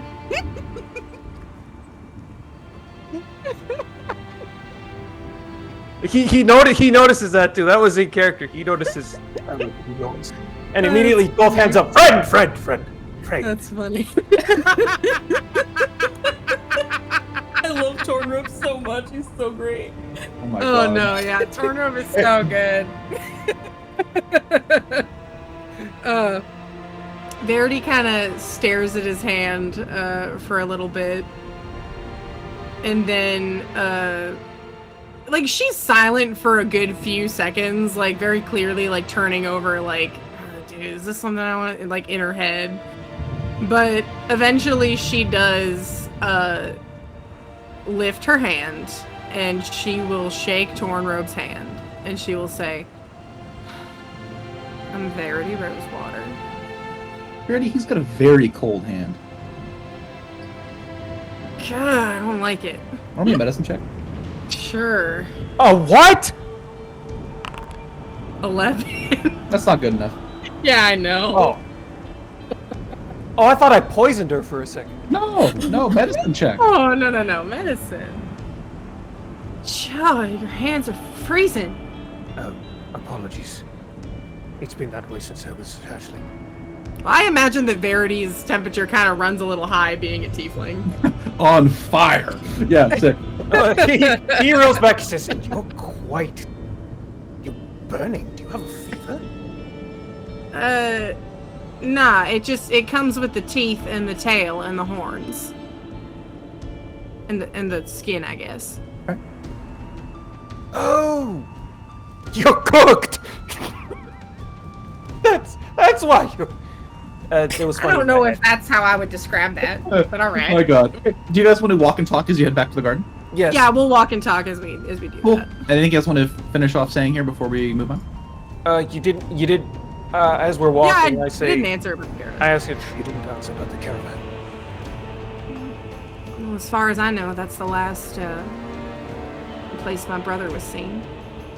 He was on a caravan headed to Helios the last time Johnny had heard from him, so it doesn't really bode well. Haven's strong, but he's not a god. As you say that, Kasari kind of like once still on your shoulder, like nudges you, and says, "Oh, I can assure you he's still alive." How do you know that? Oh, I'm Mr. Familiar. Oh my god! Oh my god! Oh, Please man. tell me I hear this. Please tell me I hear this. Please I'm tell me I hear losing my this. mind. You don't. I'm losing my mind. What the hell do you mean I don't? You are? Alright, well that makes me feel a little bit better. I don't know where he is. I'm trying to find him. That's why I'm here. Gotcha. Is the cat speaking to you? She is. Tornrobe, for the first time ever, That's fun. you look at Kasari and Kasari nods. I knew you could speak! I knew you could understand me. If a cat can shrug, it would. I love her. I love her so much. She's perfect. Did it say anything about your brother? She said that he's alive and that she's his familiar. I didn't know that he could do magic, so that's fun. Oh, he got pretty good at it, actually. Once again, Tornrobe he gets so excited. I knew it! Like starts like dancing and like doing his happy dance and shit. I knew it! Remember, Verity, I told you there was power in that cat. I read his soul. What's wrong with the small angry bird? I don't think there's anything wrong with him per se. I think that's just kind of his default state. Right. Well, I'm sure we'll talk about it later. She pats Kasari on the head. Thank you. You're welcome. I like that. Oh, Do you like I- Yes. Just rolling around your shoulder, almost falls off. Civ and Euphemia are probably confused. Love it. Yeah, I was gonna Indeed, say, very. while they were like having their moment, I think Yuffie was trying to show Civ how to use the mirror, like her mirror. Aww. That is also enthralled by this discussion between the mirror. Civ is very enthralled. He knows his father is passed, but he still wants to reach him, and he doesn't know where his sister is. So Oh man. he's Right. hoping she's still alive. Aw. You guys hear the ching as a little bell goes off as you enter into the garden. As you enter inside, you sort of enter into a very small little office with a desk, and 3 doors will lead out of it, and you can sort of feel like this room's pretty warm by comparison. It's like a warmed greenhouse kind of vibe, and it's not badly destroyed at all. And as you step inside, a man is sitting behind the counter. He is a sort of charming-looking. Oh god. He is a sort of charming-looking halfling. Oh my god. Look at that He looks face. up. Welcome. Come on in. How you doing? Oh. Can I help you with something? Oh, what a guy. Yeah, we were actually kind of curious about, I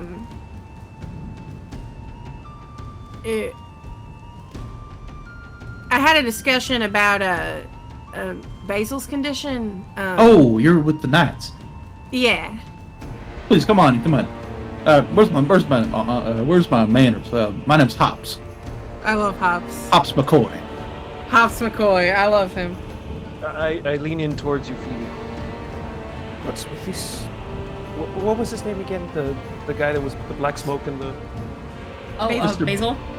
Basil, the Knight of the Rose. That's him. What's wrong? 1P, Finn. 1P. What? Keep going. Oh, I see it. Okay. I've Oh! I know now. third Okay, one I got out it. of spite. I got it. There's Tornrobe and Euphemia are talking about who the hell Basil even is. Oh. I don't think anybody told Civ he was sick. Oh, I'm sorry. Yeah, Basil's sick. He's coughing up, oh, well, they said not to let it get out. So, like, Verity kind of, like, uses a hush-hush whisper Oh, tone. I know, it's okay, you're fine. She's, and she goes, well, like, he's kind of, like, coughing up some kind of shadow, muck, dark. It's, like, sinks into it becomes it's really Not bad. good. It's real bad. It's, Oh, it's shit. real bad. Yes, it sounds dreadful. He doesn't seem to have much longer left. Right. Pleasure. Let me start off by saying, pleasure to meet you all. Are you gonna go try to gather what we need? I mean, that's the idea. He pulls out a map and lays it out on this table. And he says, well, we're looking for 2 things in particular. One, we have blue herbs. They're the base of all simple restoration potions. But we need something more in particular. And he sort of spins around the map, so you saw that way it's like south is towards you, and he gestures to the bottom of the map. This here is the alchemy district. There's a section of temperature-controlled greenhouses there, which we're growing. They're called crete mushrooms.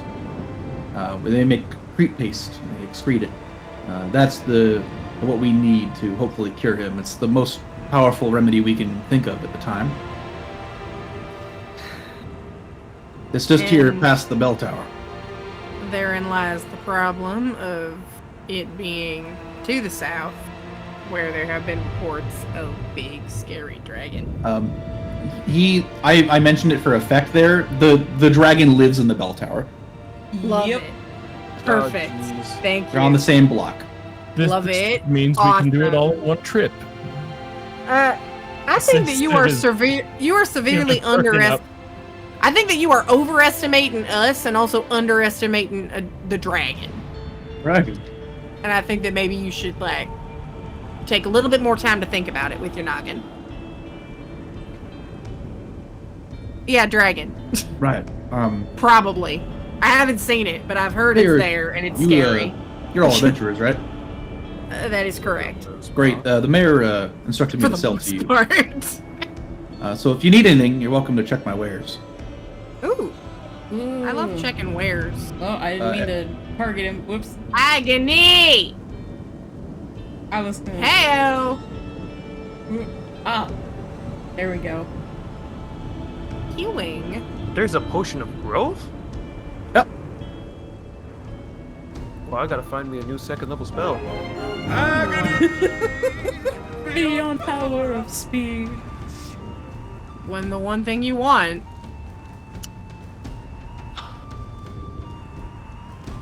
Also, because you're here now, you can know what this building does when it's upgraded and repaired. Oh, So that's the thing that I've done now. Huzzah! So it takes 500 gold pieces to upgrade the greenhouse to level 2 because it's already level 1. At level 2, he can grow an herb for you every single time you go out and come back and commit a quest. So that could mean any level of potion that you have the herb for, you can get one of every single time you go out. As it stands, he has the power to make all of the potions he currently has. Wow, he's so cool. That is what he can do. What a charming halfling man. Quick question, how do I untarget someone? So you go to the top left, and in the top left there's the little 3 concentric rings that is the select targets button. Oh, I see. You click that and then you click on him. What are you aiming? An arrow directly at his forehead? What are you aiming at? What are you aiming at? Okay. And that is his quest, is essentially go to the temperature controlled greenhouses and get him some blue herbs and some crete mushrooms. Crete mushrooms. Oh boy. He mentions that he can't make more of those. Like, this is a hot warehouse or hot greenhouse. They don't have temperature control to make it colder like they need for the mushrooms. I'm just gonna write it out because it's a stupid word. Got it. It's crete like that. Oh, Crete okay, cool. like literally spelled, not like the Isle of Crete. No, That is definitely how I wrote it in my notes at the that's beginning. why I specified. All right, well, we will certainly look into that. I think that we've got several, I think, avenues which we could pursue that would help the city. So, Right. Good luck. Thanks.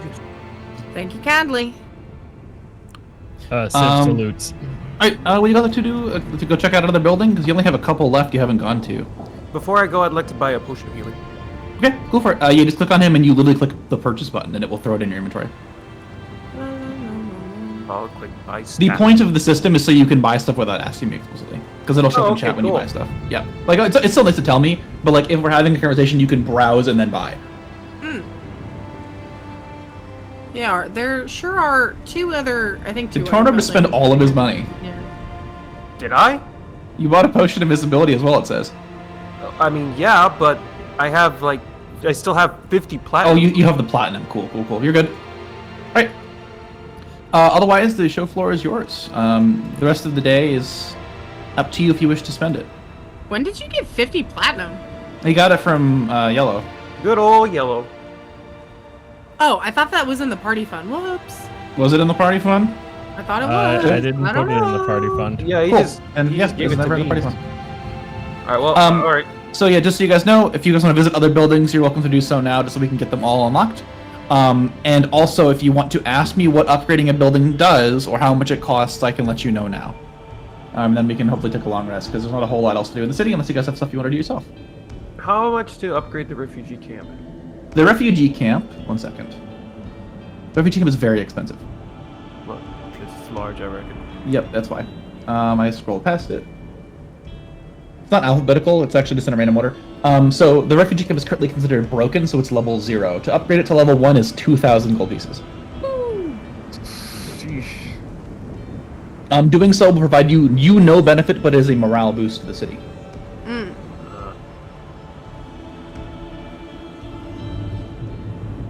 I see. Okay, well, we have 2 other buildings, I think. Yeah, you Yep. do. Well, technically there's 4, but you know what one of them or 2 of them are, I think. Yeah, I was Which- gonna say I'll because this just, is the orchard, right? This is the orchard. I'm just gonna show that because you know what that is. Yeah. And I'll say because you went to it but you didn't go inside, you know what the building over here is. And you just haven't met the characters. This is the castle or keep Landuin. Ah, I see.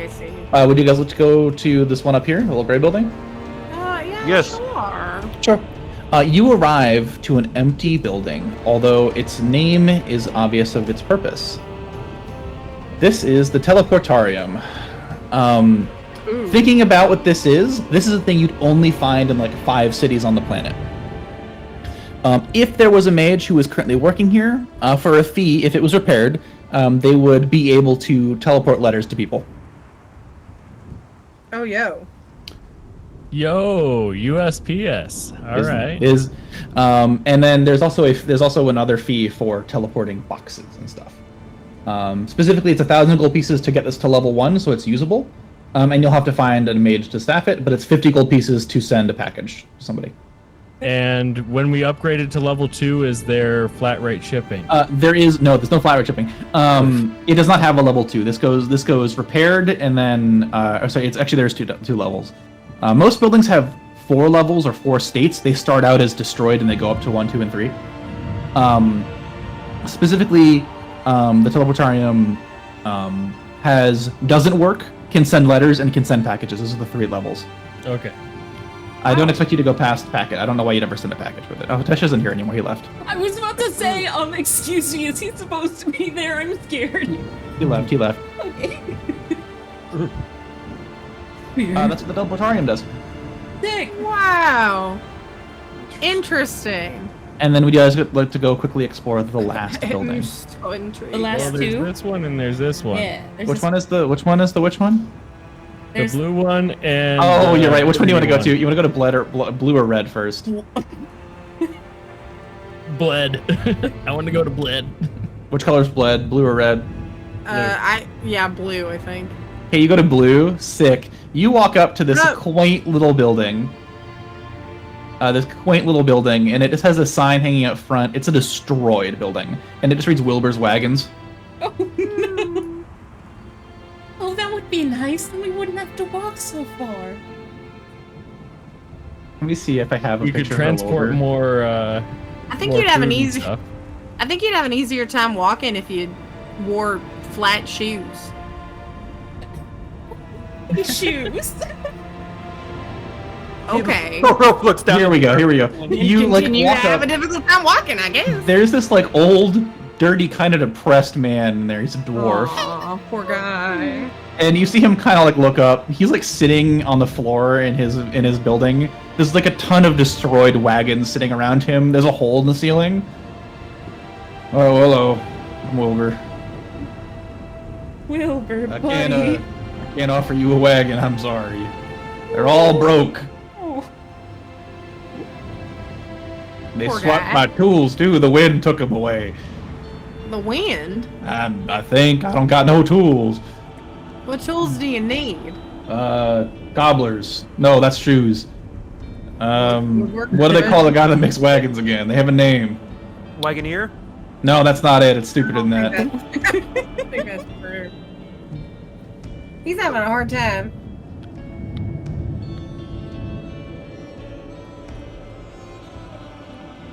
Right. If we get all of your tools back, can we get a free cart? Man. No. Oh. Cartwright. There we go. Ah, yeah. Alright. I don't know if they'd help. You adventurers, right? You kind of need to be sneaky, but I can make them for the townsfolk. Wilbur's Wagons is the only building that makes carts in the entire city. Wow. If you upgrade him, his thing is that he makes every other building get stuff faster. Wow. So, like, when I go to add stock to every other building, for every level he has, I'll do it another time. Ooh. We really Yeah. need to find more spices. Yellow spices can also be upgraded. No shot. No Every shit. time you upgrade it, it doubles the amount spices are worth. Oh my god. You're kidding. 500 to do the first rank for yellow spices. That's incredible. Okay. Now that's an investment. And then you guys want to go check out this last building? Yeah. Yeah. Cool. Real quick, you head on down there, and you see a building that's sort of What? very. I disappeared. You went into the nothing. My Faded and screen weary. just moved. I can't believe Sim evaporated. I was about Back to rooms. move. Okay, as you head over this building, you would come across a sign, which it simply reads Falconer. Oh, birds. And as you look at this building, it looks to be not in terrible condition. You can hear some sort of like squawking and birds on the inside, although the building has it's got leaks and it could be in better situations. You'd hear somebody inside arguing with a falcon. And you'd enter inside, and you would see this woman. Oh, I turned on her name first. Hold on. I do speak Aran, so I could possibly understand what they are saying. Boop, you see this woman. Do you want to head inside? Mm-hmm. Yeah, You see sure. her, open the door. Oh, customers! She runs over. What? Not a lot going on here. What can I do for you? Well, you're just having an argument with the Falcon. No. Inside check. Go for it. I'm ready. 16. Definitely having an argument with a falcon. Listen, I'm sorry. The building's in really bad condition. I can't really offer you any services, but I can. If you need bird help, oh, you have a bird. Oh, sorry. I mean, Civ will nudge Tornrobe, and he will point and say under his breath, "Look, slavery." What? He gives like a, dude, what the fuck kind of look? And he looks back. Is there a problem with your falcon? No. A little disrespectful, but that's about it. Please tell me the birds here speak Aran. They probably don't. They're birds. Well, I thought Aran was the bird language. Yeah, it's like the language of other Kenkus. Damn it! I'm terribly tempted to just cast Speak with Animals. I'm so curious. Oh man, I'll make me make up a bird voice. I'm so sorry. I was gonna say, well, you've done Volpiano, so I feel like another bird no, would you be no spoiled my problem. joke. He was gonna be Italian. I want to know what the argument was about. I'm so curious. So just the falconer is like a messenger basically. If you upgrade the falconer's office to rank 1, it will let you send messages. They're slow, but you can do it for free. Basically, let's say like, hey, I need to tell mission control that we failed. Like, you can do that. And then every upgrade past that makes them more and more efficient. For example, at level 2, you get access to a magical item called the falconer's whistle, which basically lets you telepathically communicate with people via birds. Bird, bird, Wow. bird, bird, bird. At level 3, The bird is the significantly word. faster, and at 4, the birds are significantly there's no time limit or anything. Like, there's not a limited number of birds. Wow, fantastic. So she's the messenger. She can like send messages back and forth if you guys need to. Wow, how fun. Oh my god, I want to Alright. know what they were arguing about. I don't know, so you're gonna put me on the spot, but I'll do it. Yeah, sure. I'm gonna do it. Fuck. Verity will, walk up to whatever, the fucking bird that she's with. Yeah. and the rest of the party will see vines kind of creeping out of Verity's horns and kind of surrounding her head like a wreath of like rowan branches and blue roses and like blue and yellow pansies. And she's gonna cast Speak with Animals. And she is going to ask this bird what were they arguing about. Because I'm so You talking to me? Huh? Yeah, I'm talking to you. What do you want? What are you arguing about? Are you gonna listen to my demands? What are your demands? We're forming a union. A bird union. What are your demands? Better hours. Better hours? It's cold. Yeah, I bet. It's always raining. Are you getting paid? Not enough. Kibble 3 times a day. 3 times a day? I good think enough. that's more. I think that's more than fair. What? I said I think that's You're on more her than- side? No, I'm on your side. We need more. Okay. Me and my How other much bird more? friends will not stand for this. At least 5 times a day. Add wet food in the morning. I think that that's agreeable. I think that she should give in. Express my demands to this woman.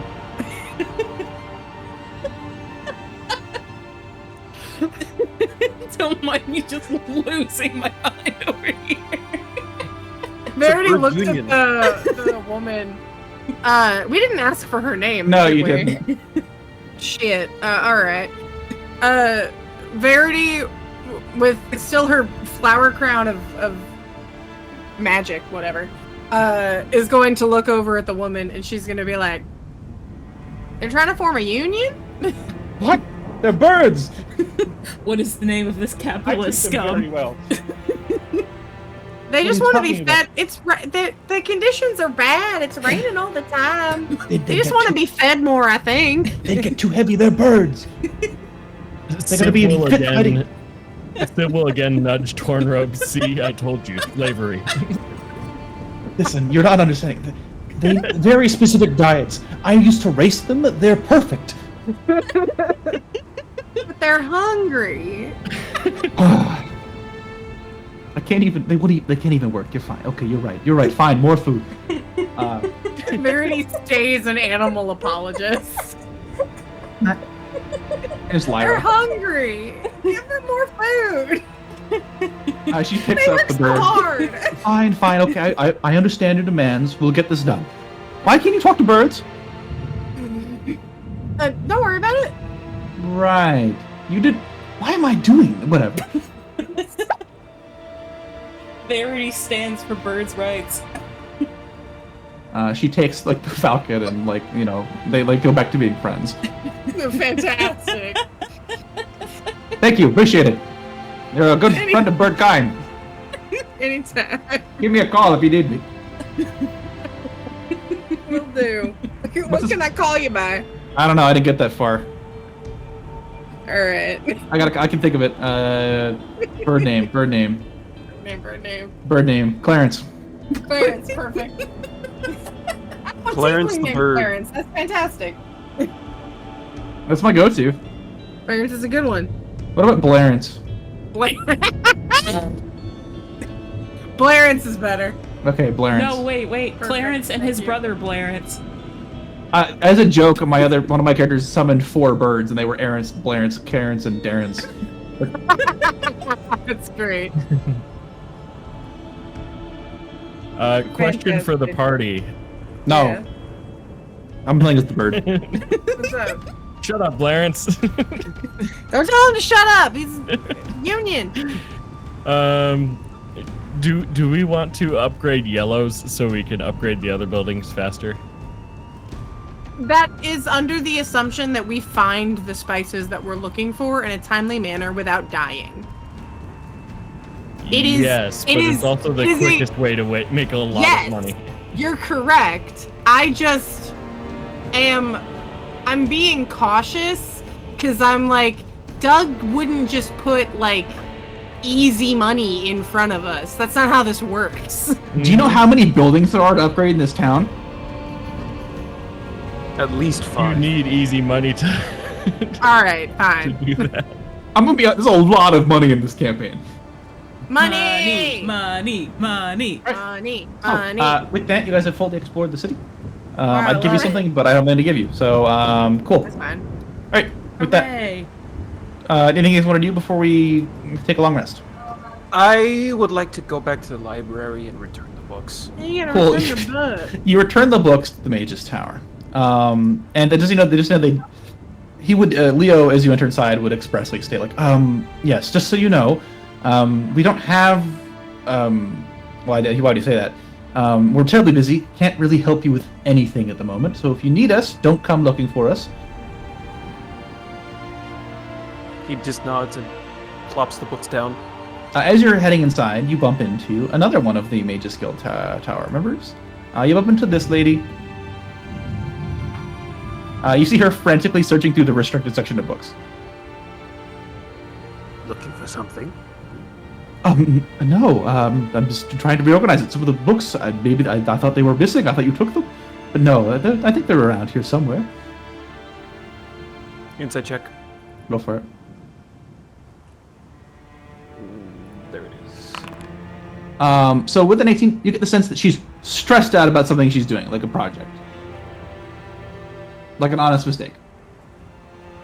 An honest mistake, huh? Yep. Like she thought like the books were missing and she needs them, but like they're there and she just hasn't found them. Oh. Is there anything you need help with? No, terribly busy. Just doing some research. This, she kind of gets close. The calamity. This thing's crazy. You have an idea what this thing did to the environment?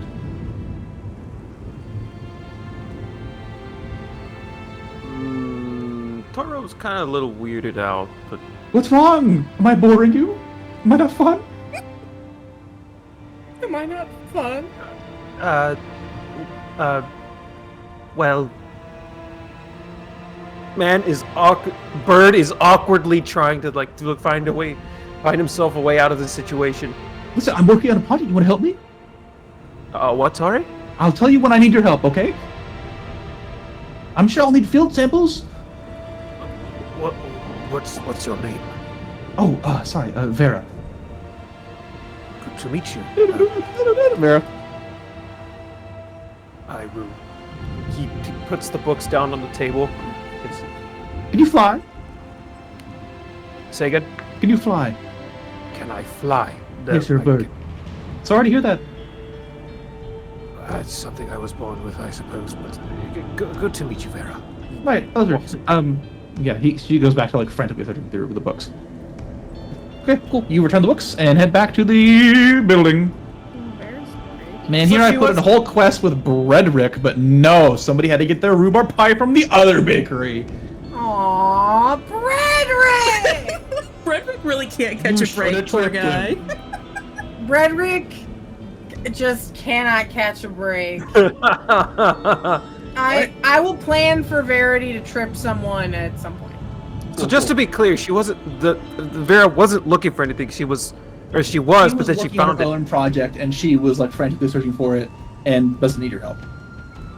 Okay. You essentially she's just working very hard. Okay. Yeah, Cool. I get the party over. heads back. Oh, go ahead. Sorry. No, after you. Oh, I was just gonna say I get over enthusiastic researcher vibes from her. She's very cute. Yeah, that was the plan. Right, the party heads back to the tavern and takes a long rest, unless people have anything they want to do. Nope, Is long that a rest. correct assumption? The only thing Verity does is the same thing she always does.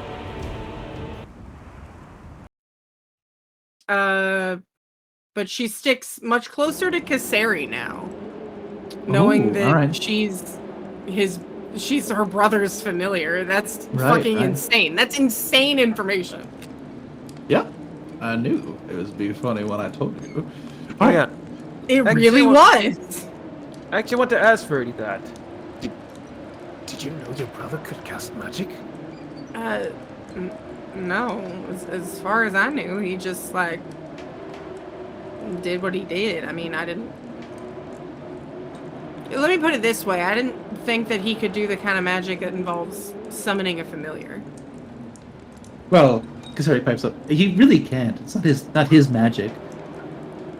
Whose magic is it then? Some friend of his, I think, is what he said. could have been someone you know. He mentioned something perhaps? about borrowing power, but I don't remember what it was about. I didn't exist at the time. Borrowing power. I don't know what that means. I've not known him very long. I kind of came here to find you. Can I hear this? No. Verity would relay it to you, though. Very well. Good solution to the problem. Yeah, Verity will relay this information to Tornrobe as she's receiving it. Like, it's a conversation, you know? Who? Oh, mm-hmm. But yeah, she just goes, I don't know anything about that, honestly. Neither do I. You know what I mean, know. It's comforting to me, to know that, I mean, at the very least he had a familiar, as. Right. He's not dead. You said he's not dead, so. Probably not, no. Oh dear. Well, I mean, I wouldn't exist if he was dead, would I?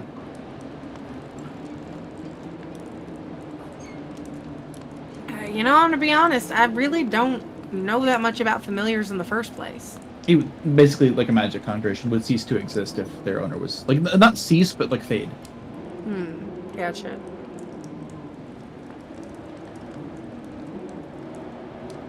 But you have met with him, right? Oh, a couple days, yes. But we didn't serve very long together. So you two are your own independent entities? Oh, what do you mean? Oh, yeah, I guess if you're asking that, that question would come from Verity. Or you relay that? Yeah, Verity would relay it. Me and Feta, you say? Yeah. Oh, heavens no. He's just a friend. He's just a good bud. Yes, well, he's a guardian of Selfless. I We, see. came across each other, and, seems we were going to the same place, so we joined forces. Feta would walk over, yes. Yes. I am guardian. Hello. And you're such a good guardian. Thank you. You're welcome. Oh. I imagine you were scritching the dog. That sounds like what a dog would say if they could scritch. Absolutely. Rolls over, knocks over a table. Perfect. I will remind the class that Feta is, like, massive for a dog. He's like, a little bit shorter than a Great Dane. He's so big. Bear dog. I love him. Big dog. Big puppy. All right. There we have it. Anything else? Anything else, or are we good? No, I'm gonna really quick continue writing my notes. Cool. All right, with that, if nobody has anything else to say, we can get going. I do have one thing I wish to cover. Euphemia, do you attune to the roar? Sure do. All right. So for about an hour before you go to before you take a long rest, you need to sort of sit down with this and get comfortable and used to it being nearby you. At the start of that hour, it's this cold, unfamiliar thing that is just it's soaked in all the cold of the room, right? But at the end of it, it has an almost warm touch to it. Aww. And after the hour has elapsed, you fully know how to use the roar. Hell yeah. For that hour, I think she would be sitting by, like, in front of the fireplace again, and I think, she would first place a gold coin in the box, and then she would put the box in the fire. All right, you burn the box. It takes a little while to catch, as it's a very fine quality box. But after maybe 5 or so minutes, it's no more than the rest of the kindling inside. Cool. She'll probably Fantastic. say, like, a silent gold pressed prayer, like, thank you for your service, or something like that. Right. Yeah. Okay. Anything else before we go take a long rest? Nope, long rest. Long rest. All right. Everybody hit the long rest button. Long rest. Rest. If you're not Huzzah! already, because you should have. You might have yesterday. Juke. There we go. Push it again, just for funsies. Whee! I'm gonna Do we still swap get those out 5 extra Shield of points of Faith HP? for Bless. That depends a lot on what Swaff does. What's up? Do you keep your current attunement? Yeah, I'm gonna keep Feta. Cool. You keep Feta. So in Feta's part of Feta is that everybody in the party gains 5 temp. Or 5, not 5 temp, 5 max. So keep your 5 max increase.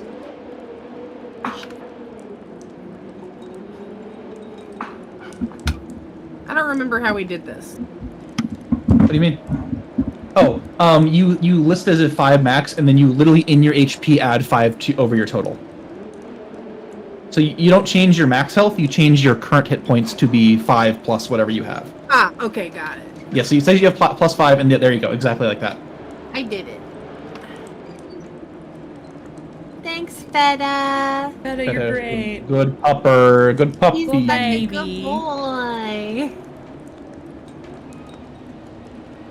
What a good guardian. Good boy. I love how big he is. It's so funny. I figured Big Dog is funnier than anything else. Oh yeah, I like you said like how tall he was. I looked it up and I'm like, man, he's like as big as my folks' new dog that I have like been in the presence of, and like he's massive. Big puppy. So tall. All right. So, the party wakes up the following day. What is the mood like? Who gets up first? That kind of thing.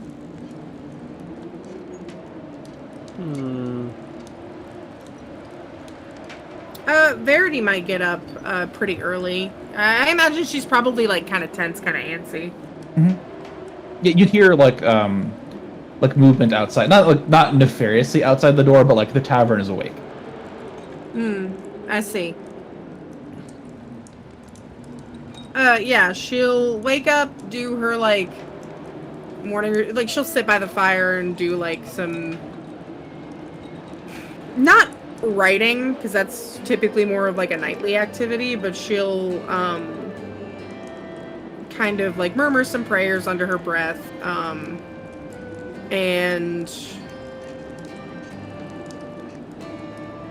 if too much longer goes by and no one else is awake, she's gonna wake someone else up. Fantastic, like that. Yeah, you probably get the opportunity to wake somebody up, although it depends on the rest of the class. Yeah, you can go nuts. Well, yeah, but the question it's more like, do you sleep in than do you want to be woken up, right? I think Yuffie would she would sleep probably until somebody woke her up. I'm sure she was exhausted after yesterday, so she's just conked out. Civ is very enthused with that that glass that turns water into wine, so he's probably sleeping off a hangover. Fantastic. And then does Tornrobe get up earlier now? If he probably had a good enough sleep, so I would say it's early. Tornrobe is up, but the other two are not, Verity. Nice. Where is Tornrobe? In the corner, He usually like perches in the corner. I was gonna say, like, weirdo. just from the way that it looks on the screen, I imagine that like he's standing on top of a bookshelf in the corner of the room. Perch. Yeah. Perch. Made a nest. There's like a blanket up there. So I like plop down and walk towards the center of the room. So, I tell Verity. Quite a few things we have to do today. You're telling me. The question is What to pick? what and when, which I think is a decision that we need to make with the other two up. I don't know how they can be sleeping this long, but Honk shoe, honk shoe. I'll wake up Steve. See if I can try. I guess that means I have Alright, how do you- princess duty. How do you wake up, Civ? I use mimicry, and I'm assuming there's a barmaid around here. Wow. So I try to copy the barmaid's voice and say, "Excuse me, sir, we're offering free wine outside."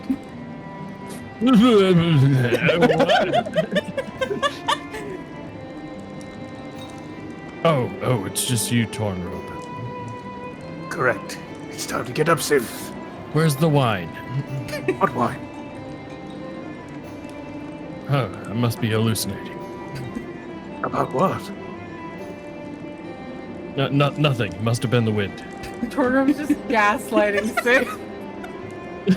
he side eyes Verity and Euphemia and gives like a smug little smile. Yes, like gatekeep girl boss. Yeah, Verity like contemplates for a second, and then she turns to Feta and calls him over. Rolls over. What do you want yeah. to do? What is it? I And assist. she says, "Do you want to help me wake up Euphemia?" Oh yes. Okay. I think that she would think it would be really funny if you like just tried and like nudged her awake and like gave her a few licks, I think. Okay. He's over enthusiastic. It's an assault. Oh, you're gonna do such a good job. He dives on the bed. I imagine that alone will probably draw his Euphemia, and then he starts headbutting you. Oh my god. Not understanding the subtleness. Just because my dog also does this to me on the daily, I think Yuffie would like, she'd kind of jolt at like the sudden movement in the bed, and then she'd kind of crack an eye open, and then there's a dog in her face, and she's like half screaming, half trying to keep her mouth closed so that its tongue doesn't get in her mouth. Uh-oh. Holy shit. Verity is like clutching her stomach. She is laughing so hard. Dear God. Feta does not understand boundaries. Good boy, Feta. You did such a good job. He runs away, like he does that thing where he starts to do like a circle around the room, but they're not running like leaps, they're like the happy stride. Oh my god, perfect. You know what I mean by happy stride, right? That's a thing you understand? Yes. Yeah, The circles around the room. perfect. Yuffie sits up, her face is wet, I'm sure her like parts of her hair are like sticking up in weird spots, and she like screams every time he comes around. And she looks like she gives Verity a very like very upset look. Cool. Alright. 4! What do you mean? He was just trying to help. He assaulted my face! He was giving you kisses. I do not want to be kissed by a dog! I will remind you, Feta understands common. Yeah, I You love look Feta. sad.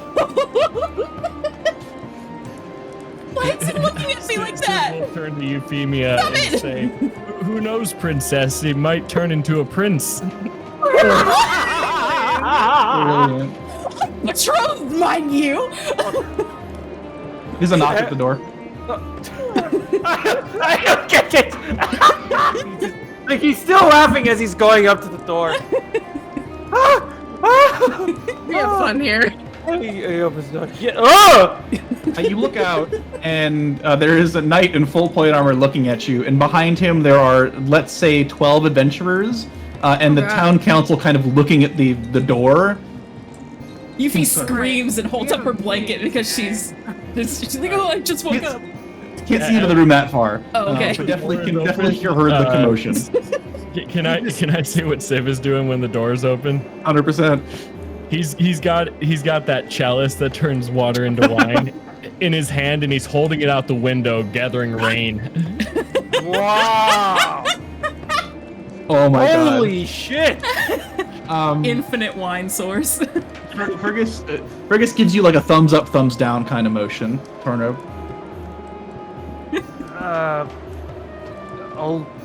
Yes, we're all fine. Yes. He gestures over his shoulder at the gathering and closes the door. Can't believe I we guess caused a it's noise time. disturbance. Civ downs his glass of wine, puts the glass away, and composes himself. Fantastic. Alright. Do you not ever share, Civ? You don't ever ask, Tornrobe. That is Like a fair that? point. He walks outside. Civ will follow. Yuffie's Yeah, I just think it's time to pouting. go. Yeah, Yuffie's just pouting behind Verity, like. That does. I mean, You're if gonna hurt his feelings. that Whoa. looks distressed. Feta, it's okay. You didn't do anything wrong. Aww, You never stop looking at me like that. so sorry. No, you're fine. Is that a young Bill Gates right under Who? Gwen? No, that's a character one of my friends played in Curse of Strahd that fit into this campaign, so I put him in. Yeah, I was gonna say, zoomed out, he No, looked no, like that- a Steve Jobs, but with hair. Steve Jobs. That's what I meant, not Bill Gates. My bad. That's right. Where you guys want to walk right into the middle of the cluster? Yeah. Yeah, honestly, yeah. Cool. Yeah. You walk inside, and there's kind of like it's like the crowd talk. Like everybody's kind of like, you know, it just Yeah. kind of meshes together. There's so many people. There's definitely 3 cliques here. You can tell these are the 3 adventuring teams that are still here with you guys right now. Marcella is off in the distance, kind of standing on her own. And you would notice that there are the 5 people you've come to know to be from like the town government here. There's the mayor, the captain of the guard, the one hunter of the city, and then 2 of the knights of errant. Asher would say, "Oh, well, now that we're all here, we can get this meeting underway." Rip Clarence. Firstly, any complaints from you? How'd your missions go? I hope everybody had a good time. He looks around like people are gonna laugh at that. As a guy, I see. Well, there goes that. I don't know if good time is a descriptor Well, I would use. Yeah, I We're just here. win. We're here again because things aren't looking terribly good, and we have some reports we'd like to announce, and then hopefully we can come up with a plan to stop them. Right, good. As you've noticed, there were only half of you that there were when this expedition started. That was 5 days ago or so. I don't know if they'll come back. Hopefully they will, but it's not that long of a walk to most of their warehouses, so we can only assume the worst. And Marcella with that would like walk away. Oh, Marcella. Anyway, as you all know, it is getting time for our next meeting here. So he would gesture for Gwen to take the floor, and she would step forward. And she would start the discussion by mentioning, well, as you all know, we gathered supplies a couple days ago, but the reserves won't last forever, and we need to maintain them for as long as possible. We're currently considering options to prolong the soup rations, and if anything, to increase the morale of the people. We do need to consider gathering new stuff immediately, and preferably if we can get something that isn't just soup. We're currently looking into measures, and she kind of, like, you can see that she doesn't want to do it. Like, she's kind of sad about it. She's like, well, considering additives, anything we can find to supplement the food, even things like sawdust, if it comes down to it. Wow. So hopefully we can come to a conclusion on how to fix that. There are plenty of warehouses that hopefully are still stocked, and we can always run treks to the fine full ones as it is as well. And with that, she would step back, and Goyle McDoyle would step forward, and he would say, "Well, we've not gotten any new recruits in the last couple days. We're mostly operating off the same militia volunteers that we've had before the Cataclysm. Unfortunately, we've seen what looks to be scouting attempts by some goblins near the gates to the east. We've spotted them at 3 separate gates, and it's looking like they're scouting for an assault. We haven't experienced this before, but it's possible that with the growing number of goblins outside, that they'd be willing to try for our food and our people. I don't have an exact estimate, but sometime in the next week they will likely attack. Unfortunately, the people of the inner city are not pleased with the way things are going. The refugees are significantly more numerous than our guards, and we can barely keep them in check. They're cold, they want creature comforts if possible, and as it stands, we don't have enough men to actually guard the gates. So unless we get them quieted down, or get more soldiers, we can't defend.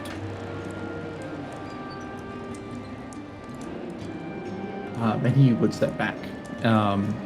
And Asher would step forward. So, anybody have any suggestions on how we can solve these problems? If not, we could break you off into teams to handle each one. He looks at you guys. You're pretty competent. What about you four? Civ will raise his hand. You don't need to do that, son, but go ahead.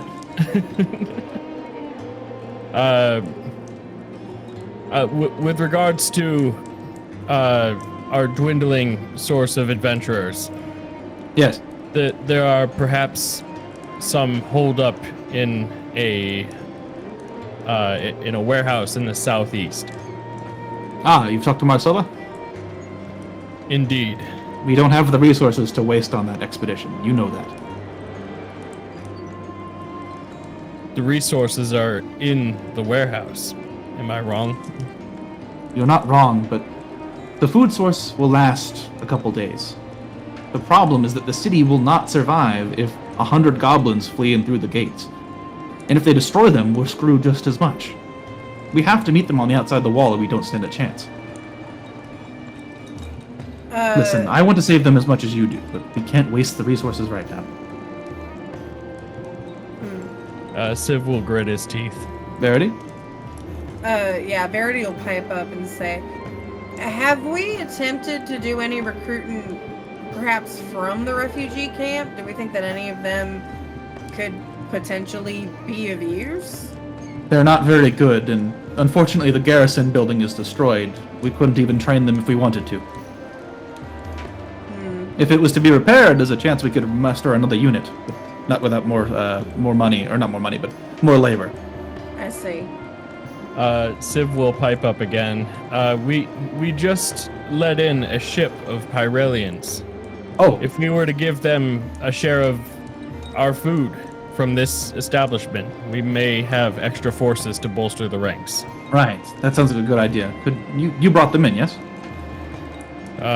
Our party in general, and he points to each of them.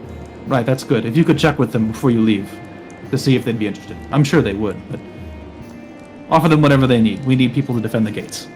Unfortunately, they are likely only able to defend one of the 3 gates. We still have to find soldiers for the others. Civ will give a cheeky little wave to Boat. Boat waves back. Love it. Right. That might help our soldiers. And then the Gwen would step forward. Civ, Verity, your party, you just helped out Old Man Casper, yes? Yes. Yes, that's correct. Do you think you'd be able to organize more shows of, what is it? How do I put this? Do you think you'd be able to assist the people, repair more buildings, bring the morale up? We can certainly try. I apologize, we don't have any funds to support you, but if you're able to organize that, we could see about helping out with some labor. TLDR, she's asking you to fix buildings, but can't help you pay for them. Yeah, I got it. Yeah. We got the gist, I'm sure. We're not sponsored, we're just helping. If you could manage to get any of the creature comforts, like the bakery or bathhouse online, I'm sure they'd appreciate it. I feel like we're supposed to fix the bakery for... It's on our to-do list. So specifically, the thing is you have to decide between things that help the city and things that help you. Yeah. All the upgrades you've done are things that help you. You've not upgraded anything that helps the people, which are things that make people happy, like having more food from having the orchard repaired, or having better ceilings, or having the refugee camp repaired, or having the bathhouse so they can go get clean and get warm. Sweets and such. Yeah, we've only upgraded one thing. Yeah. So, we'll get there. Yeah. Right. So, she would step back with that, and Goyle would say, as Asher said earlier, unfortunately the garrison is still damaged. If we could get that repaired, I'm sure, like I said, we could get another unit mustered, which would cover the other gate. And I'm sure the adventurers, he gestures to all of you, could cover the 3rd.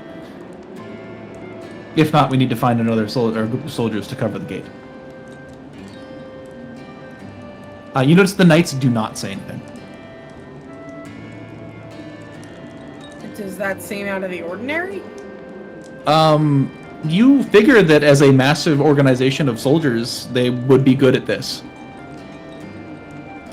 Like, they are the people that used to defend the city. Why are they not doing it now? That's the kind of vibe.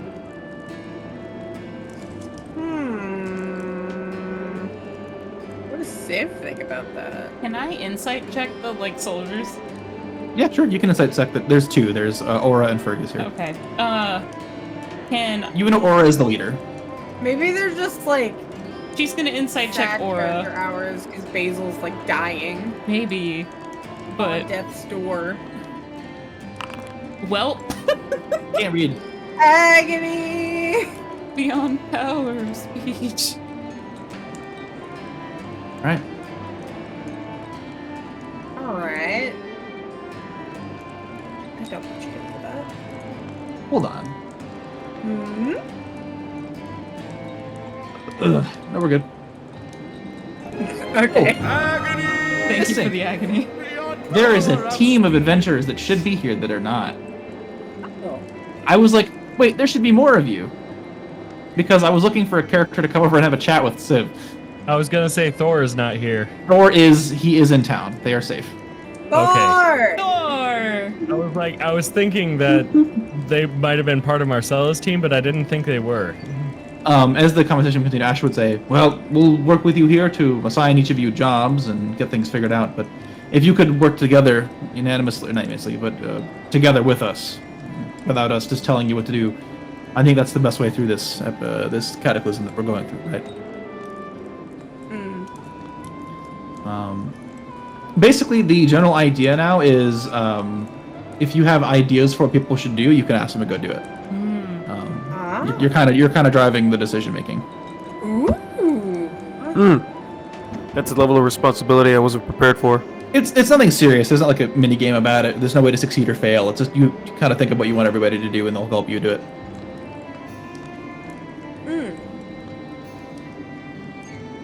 Well, Right. Yuffie would be interested in talking with the Hyraelians, because Right. try and convince I them mean, to yeah, help. for sure. And that also just seems like helpful. Mm-hmm. Right. Like refugee camp, kind of big, lots of stuff going on. Mhm. Like thought process is like, you can try and kill two birds with one stone in that kind of sense. The meeting kind of stops being such a meeting. Like, people are kind of having discussions. The various members of the council will kind of step out and go talk to other people. And you would know that, like, Aura kind of goes over here and starts talking with the 4 adventurers, and Asher would come up to you. So, Civ, Verity, Tornrobe, Euphemia, what are you up to? You have any ideas on your plan? The Pyrelians were our first order of operations, but Right, but we need you to head out and do something. Can you go find extra gold? I don't mind if you have other things to take care of, as long as you come back with resources to help us out. And listen, he sort of leans close. I know you want to go help that girl, but those people they're at least 3 days away. If you go quickly, you might be able to make it there in time to get back, but we need you here to defend the city. Civ lets out a sigh and mutters under his breath, I know. Right. Listen, I'm not saying don't go. I'm just saying that don't mess up. I need you here. Also, any upgrades you wish to conduct to the buildings will likely take a day's of work at least, and we need the people ready to go before then. Perhaps we will look for the resources to upgrade, potentially even the refugee camp. It's a pretty bold order.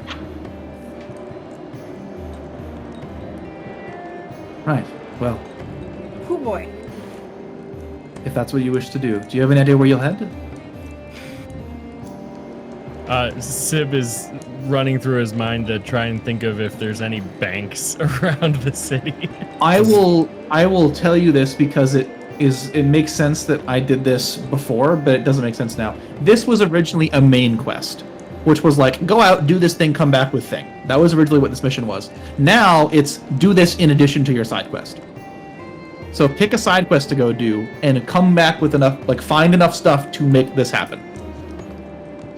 Okay, Right. Oh, interesting. side quest. Okay. Right? That's how this specific thing works here. This is like a main quest, which is to come back with enough resources and be prepared for the fight. Okay, come back with something. Be prepared for fight. Yes. I will also mention to you, I don't really do timers in game. Anything you do, you'll make it back in time. Got it. Slay. So, in addition, like if you're worried about letting that woman's friends die, I don't do timers like that. Do whatever you want, and they'll be there when you go there. Okay, cool. If they die in a fight while you're there, that kind of thing. Yeah. Thank God. I don't do timers. It's too complicated and it makes things difficult. The only thing I will say is that obviously you're limited by short rests. That's kind of the mechanic. So, Right. listen, it's up to you. Do what you want to do. I'm gonna check with the rest of the groups. And he turns to go away. Any questions? I just want to discuss with everyone. We have like 3 or 4 quests open right now.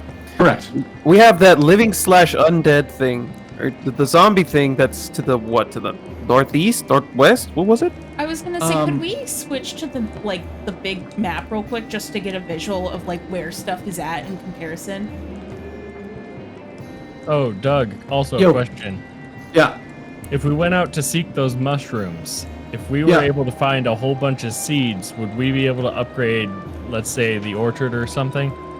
So Or does it have to be gold? it has to be gold because that's how the mechanic works. Okay. But I wouldn't you could get the seeds and then come back and sell them. Like that's the kind of mechanic. Okay.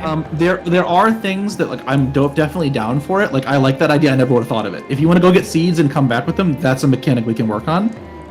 But as it stands right now, in a vacuum, the question is always gold. There are some buildings that require gold and a quest to be upgraded. So real quick, while I have you guys out here, I'm just gonna go ahead and draw some big circles in search areas. Ooh. Ooh. That's a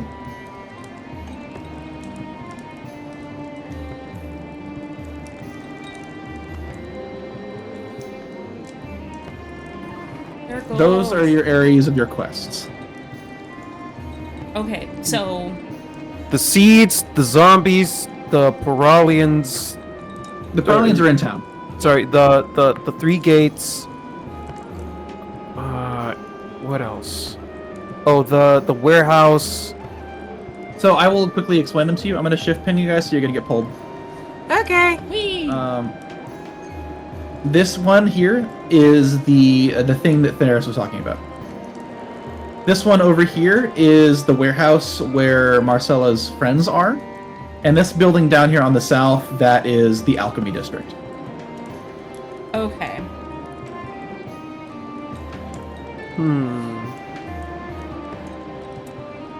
Spooky Daenerys thing. So, Marcella's friends. Dragon in a bell tower. Alchemy District. Go get mushrooms. Yeah, I was gonna say, if, they're saying that, Marcella's people are, real far out, and he's saying, oh, you won't make it in time. I know there's no timer, but, narratively those speaking. are things, 'cause narratively, there's always going to be a timer, right? Yeah. But you can literally go do any of these missions and get back. The only thing is that because I'm considering the time limit, you're going to have to rush between the areas, so there's going to be more risks going between them, right? That's Yeah. kind of the idea. You're still going to roll checks to get over here, and bad things might happen, good things might happen. You might even get a new encounter, that kind of thing. So really, it's pick whatever quest you want to go do. He's telling you not to go do that thing because he's concerned you're not going to come back. But narratively, you can in fact go do it. yeah. Well, I was more concerned about, if Marcella's people are, too far away, I'd imagine that the bell tower is, extremely far. Oh yeah, the bell tower will be out of reach of you to go do. Also, without getting a solution to the dragon, it would kill you. Yeah. My main That problem was the dragon fact is that it's so scary. far. Yeah.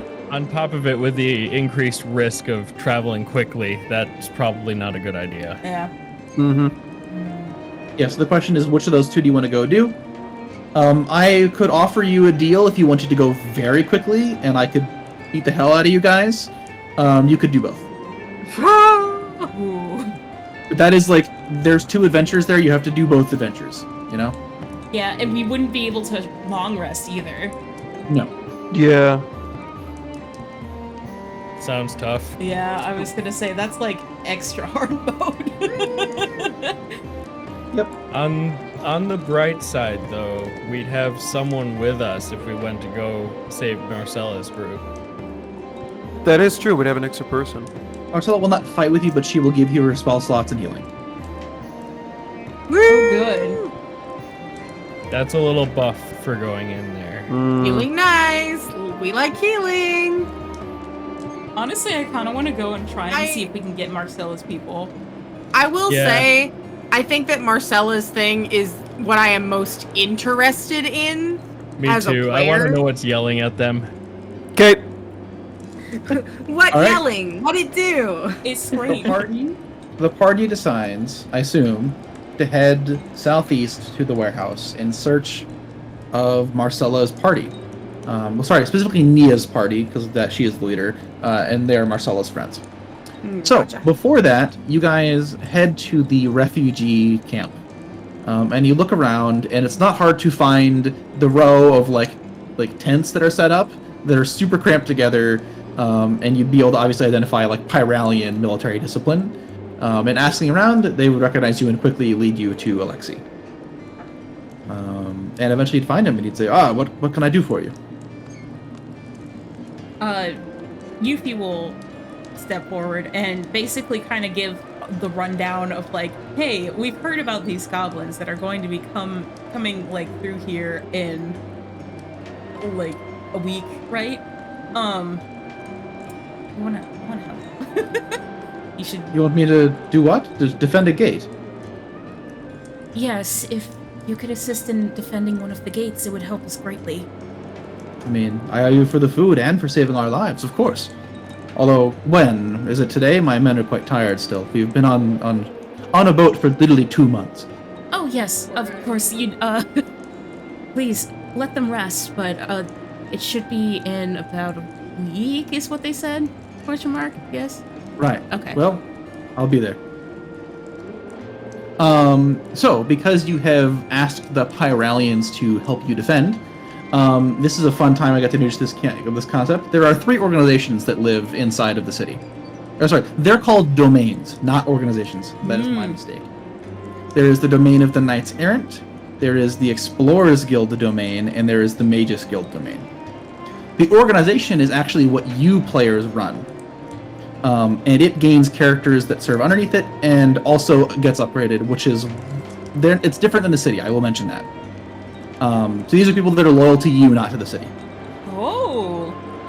Hello. Alexei becomes your sergeant, and he brings his 60 guys with him. Woo! So in the future, when other things happen, if you leave the city, you can choose to bring some of your sergeants with you, and he could bring him along with you. Oh my god. There'll be many other cool options. Everybody also has their own unit, which I'm excited to show off. Wow! Very cool. So he also, I will mention this because it's a thing that will come up later.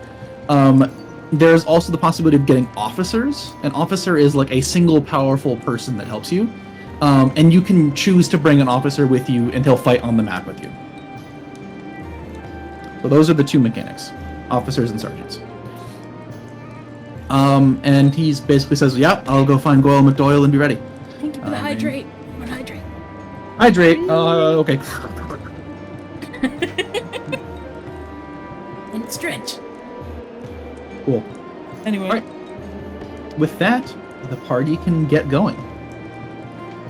Whee! Wow. Boy howdy. I didn't expect that little section to take so long, but I'm here for it. Listen, we like to take our sweet time. Yes, we When do. Play When have you is known us to be palpable. fast? No, never. It's just so funny to me that I frantically prepared and stuff, and you haven't even got there yet. I love role playing, Doug. I will do Literally it every single forever. time, like, oh, it's not gonna be fast enough, and then like you guys get caught on the first thing. We love yapping. I'm gonna be honest. That Thaneris encounter was there since last week. That makes Wow. sense. This looks like a fun song. Whee! All right. So with that, the party can head out southeastward towards the southeast right. warehouse. as you're going, because it's a bit of a longer distance, we're gonna have everybody roll me a d20, but not quite yet. Not quite yet. I want to arbitrarily decide in my brain the order I'm gonna do this. Ben, you're first. Oh, okay. As you start to travel through the city, let me see what lovely fates befall you on your travel. Oh boy. Okay, dice, don't fail me now. That's a 5. Is a 5 bad or good? Let me check. We'll find Nice. out. Reroll that one. Oh, reroll? Okay. Yeah, I want to do ones we haven't done yet. 7.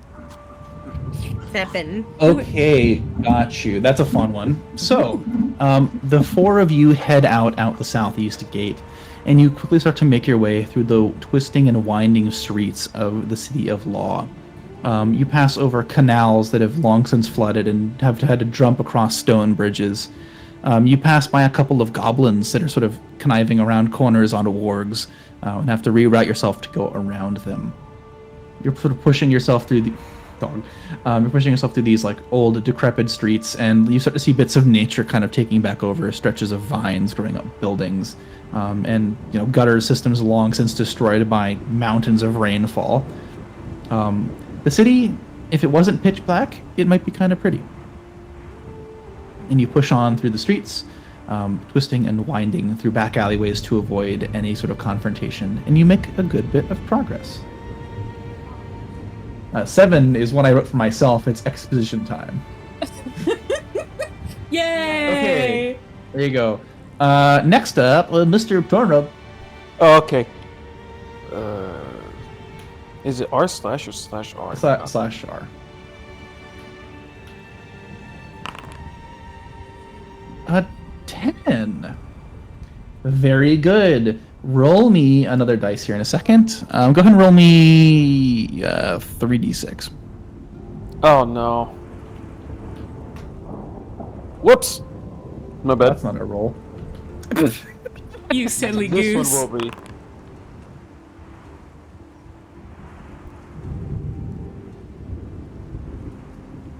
How's that? Yep, that's good. All right.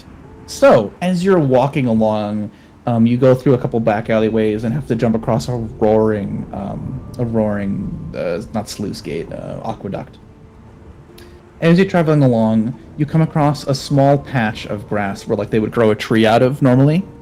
Mm-hmm. But instead of a tree, you see a brilliant flower growing in the middle of this, like, sort of stone, kind of like, it's like set in, like, the stones, right? It's like a little, like, pot for it's not a little, but it's like a pot for a tree, you know what I'm saying?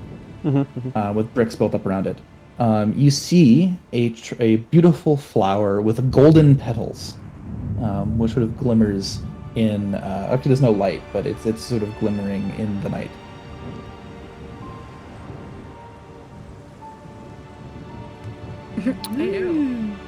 I don't want to go near it. That just seems like a trap. Flower. Does roll a nature check? Yes. Nat 20. Let's go. This is a dragon ton flower. It is used in the crafting of dragon's breath potions. Ooh. I immediately go. Do I know? Because it's nature, I got pretty high on a nature check. Do I know how to handle it? Yeah, you can pull it out with a crit. You know, pop Pull it it out with a. Oh, okay, cool. Yeah, I guess I just Yeah. look You walk up and pop it out of the ground. Please note down that you have it. I will not remember. Okay, I'll put it in my inventory somewhere. Cool. I will write it out for you. It's in my notes as well. Cool. Well, yeah, but if he's not going to read the notes, All right. all I'm saying is, like, if you don't remember to give that to somebody, I will not remember that I gave it to you. Dragon tongue flower. Cool. Fantastic. I know what it is, though, so that's not the problem. Okay, sick. Next up on the list, Mr. Shaman. Could you roll me a d20?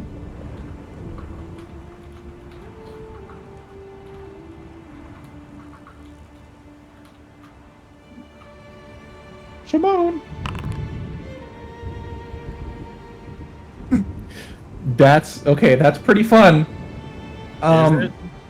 Shaman, you're walking along towards the front of the pack with your newfound dark vision, and you're rounding a corner when the building next to you creaks and starts to crumble. Roll me a d3. Okay.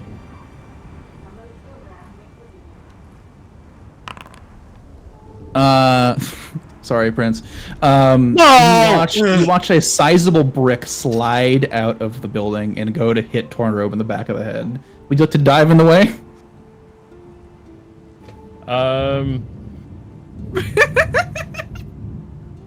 Sizable brick. Yes, sure. You want to dive in the way? I'll give you disadvantage on the saving throw, or he can take the saving throw.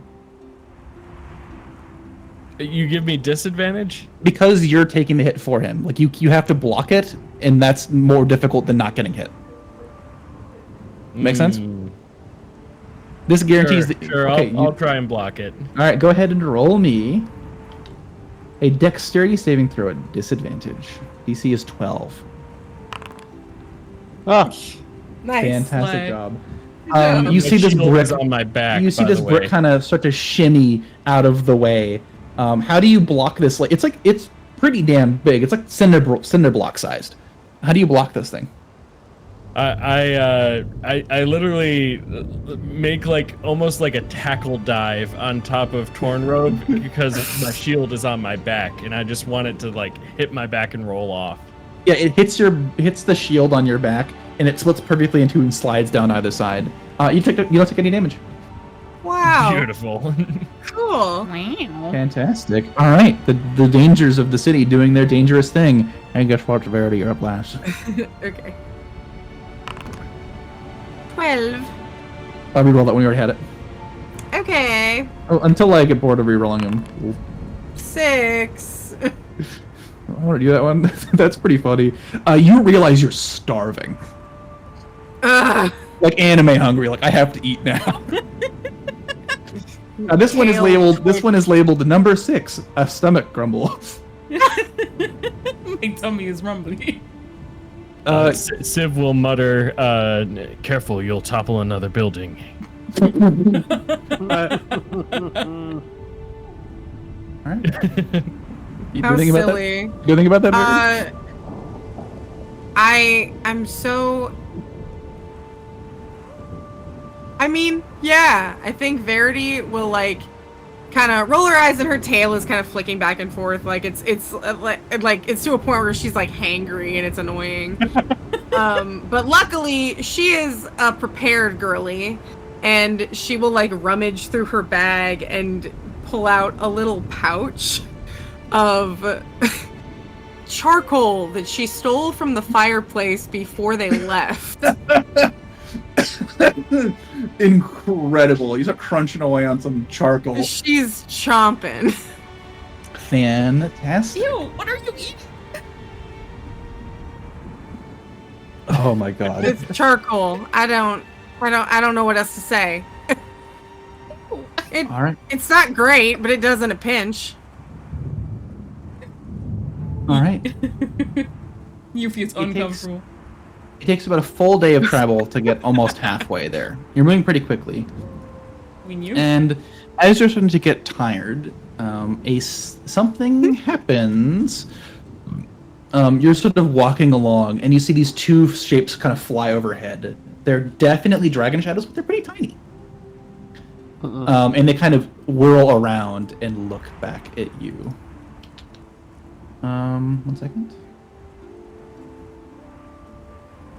Dog. Puppy. Yeah, it still is very noisy.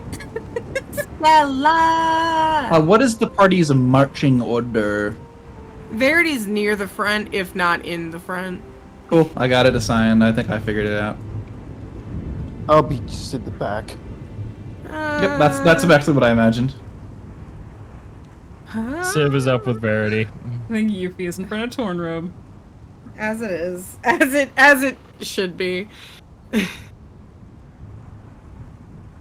Alright, this map should load up for you guys now. We're getting there. One day. Maybe someday.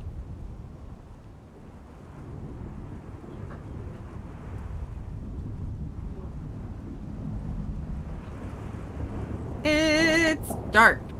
My Do dark people- vision is not working. That's because Oh, this wait, is your old never mind, token? it is. Oh, There it well, I is. killed you. Oh, You're back now. I You was have gonna dark say vision? my dark vision is also not working. Oh god. That's because this... Yeah, I'm putting you back. Uh. Alright, does everybody have dark vision? They should. Yes, I do. I can Yes. only see Tornrobe and Verity. Real shit. Okay. Let me open your character sheet. Oh, prototype what token. in the hell is that? Vision, you have 120 feet, right? Yes. Fun. Okay, does Civ, you have your vision? Oh, here, let me shoot you Yep. in the head, Leafy.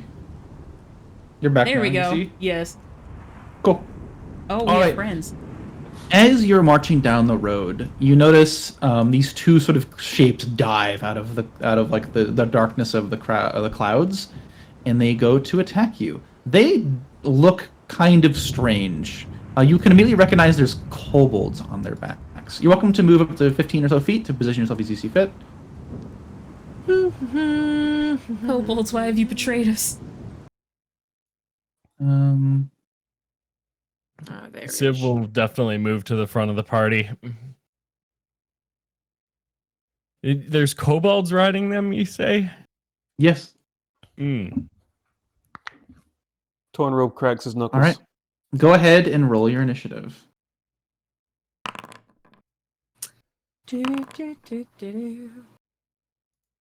Up. Fuck. Oh boy. Agony. Beyond power of speed. All right. So as you sort of see them, you call for this battle. They don't have you surprised or anything, but they move faster than you do. You watch as this Drake Rider in the front kind of dives down onto the party. Okay, 1 second. Ooh, I gotta put their friends on the map. Hold on. Never mind. They don't get friends. I'm not gonna do that. That's too much work.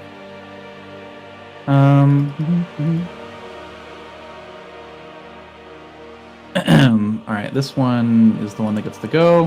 He sort of dives down into the thick of the fight. So he flies up to you and pulls out his spear and goes to stab at you. 17 to hit, and a 6 to hit as a flurry of stabs come out at you. That is a miss. But Civ is going to smash his sword into his shield, and his sword is now enchanted with runes.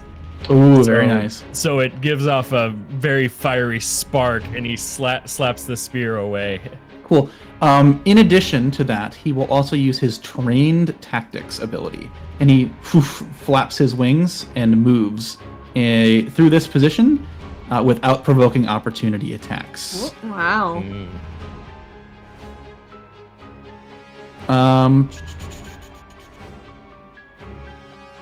Okay.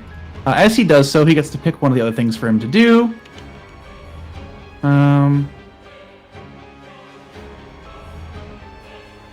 Oh my gosh, that's good. Okay. I need you all to roll me a strength saving throw if you're inside that square. Oh boy. Saving. Oh, thank God I'm not in there. 20. Well, Civ, Verity, you take no damage. Yuffie, you take 8 bludgeoning as this this like weird drake flaps past you and its wing clips you on the face. Damn! ow. Alright, party, who's up next? Next up on the list would be Tornrobe, you're up. You just saw this thing fly through and slap Euphemia in the face. Rude. Oh, I'm pissed off now. I cast Firebolt and Okay. aim it directly at the. What I want to do is aim it directly at the Drake to try and bring it down to the ground. Cool, they just, they have one hit point pool. Oh, sweet. Well, Yep. I'll do it anyway. Yeah, they advised to make it so that way there's a rider and then a dragon. I'm like, that's crazy. Choose what to do with the previous roll. It's because you never roll damage when you accidentally rolled a hit. Oh, discard previous then? Yep. Okay. I will roll for attack. A 21 to hit certainly hits, and you deal 5 damage to this. It is not immune to your damage. Okay. Alright, anything else, Tornrobe? Any movement?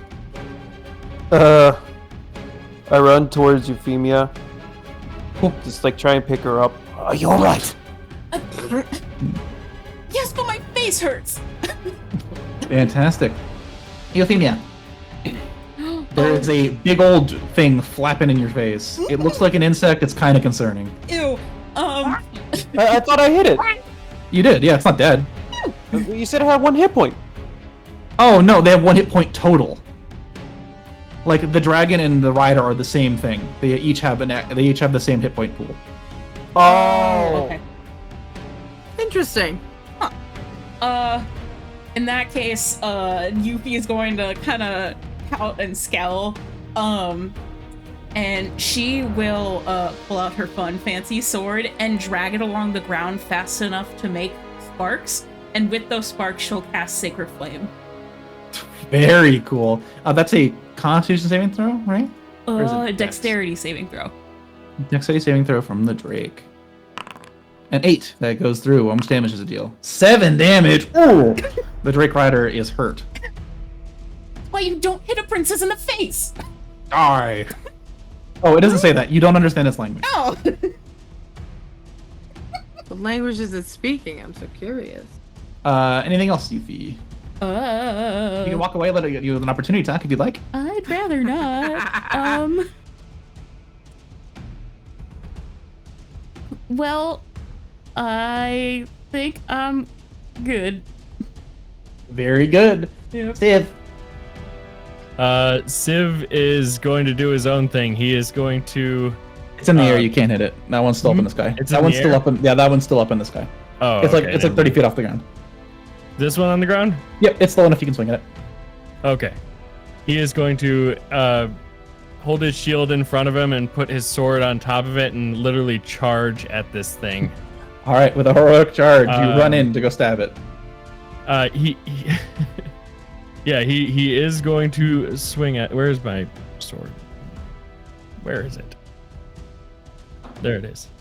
I almost hit the great sword, which I also have. All right. Okay, a 10 unfortunately does not hit. All right.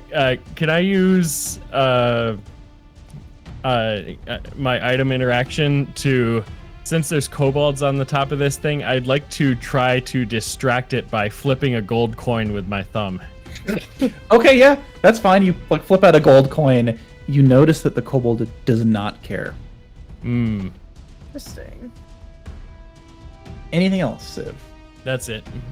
The other Drake kind of roars in and goes to Verity at the front of the party.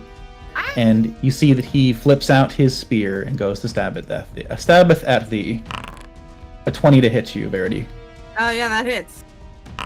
A 17 to hit you, Verity. That also hits. 2 swift spear spikes manage to catch glimpses in your armor. This thing is well trained. It's not a regular kobold. It's doing something weird. It will use its trained tactics maneuver. And it will fly through. Like that. And it kind of shimmies through you. And it ends its turn behind you. As it flies past you, it kind of just wiggles around you. Breeze, roll me a dexterity saving throw. Dexterity. Fun. Can I inspiration that? Yes, you can. DC is 13. Gonna. Okay. Again. Fuck. All right. You are not incapacitated this turn. Oh, okay. Well, And that's failure. good. I was like DC 13. What am I fucking saying? It's DC 10. Yeah. Okay. So I sure am incapacitated then, huh? No, you're good. I was reading the thing wrong. I had to lower. This thing is more dangerous than I gave it credit for, so I lowered its stats last time. Right. Okay. You're up, Verity. Yeah. Believe me. Well, That's also an ability that hits everybody in a line. I'm like, I can't do that. well, I didn't much like how it just absolutely whapped the shit out of me twice and then shimmied past me like a gross thing. So Verity would like to raise her halberd above her head, and she's gonna try and hook the hook around the Drake thing's fucking weird ass neck. His weird ass neck. Am I still great weapon fighter halberd? No, you're the other one actually. Oh shit! Oh well, then I could have been fucking using that. Damn it. Well, you weren't close enough to use it at all, so it doesn't matter. All right. Well. I got a 15. 15 to hit does hit. Yeah. So I hook it on its neck and I yank down. Yeah. You sort of. How much damage did you do? 6. Oh, also, just for your own knowledge. Ooh. Wow. Creepy weird. I hate that, actually. 6 damage to the dragon. All right. So maybe I just try and hook into the fleshy part of like the underside of its neck. It comes. All Ah. right. Anything else, Verity? Any movement? No,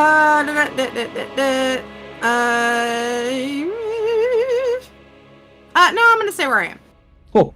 Drake Rada's turn. Drake Rada. It's gonna swing once at Civ, once at Yuffie. No. We'll do Yuffie first because you Oh said no. shit! I should. 21 to hit Damn you, it. Yuffie. Great. You take 8 Civ. 17 to hit for 4. Does it recharge its tactics? No. Does that button not... I want to recharge this. Oh, No. it's not set up properly. I have to roll it manually. That was a d20. It's a d6. It does not recharge. That would have been a crit. I should have saved that. It kind of sits where it is, and it flies through your space, so it gets to here, but it does not provoke, because it's still in your space. It flies over your heads and lands on the far side. Back to back with its companion. Tornrobe, you're up. So which one's flying right now? They're both on the ground. They're both on the ground. Okay, Yeah. cool. So, what I'm going to do... Oh boy.